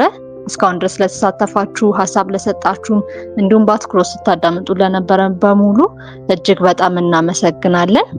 የመጨረሻ ሀሳብ ካለ ያላችሁን በስተመጨረሻ እየተሰነባበትን እንለያያለን። እሺ እስካሁን ሰዓት ድረስ አብራችሁን ስለቆያችሁና ውይይታችን ተሳታፊ ስለነበራችሁ ሁላችሁንም እጅግ በጣም እናመሰግናለን። በሚቀጥለው 15 ቀን እስከምንገናኝ እንግዲህ በሰላም ቆዩ። ሁላችንም እየተሰነባበትን መውጣት እንችላለን። እኛም እናመሰግናለን። ለሁላችሁ መልካም ጊዜ፣ መልካም የስራ ሳምንት እንዲሆንላችሁ እመኛለሁ። መልካም ጊዜ ይሁንላችሁ። ቴንክ ዩ ሶ ማች። አሜን። ሁላችሁንም እናመሰግናለን። ውድ ጊዜያችሁን ከኛ ጋር ስላሳለፋችሁ ሰላም፣ የመልካም የስራ ጊዜ ይሁንላችሁ። እናመሰግናለን። እናመሰግናለን። መልካም ሳምንት ይሁንላችሁ። ቴንክ ዩ በጣም ደህና አድሩ። እናመሰግናለን። ታሜ ደህና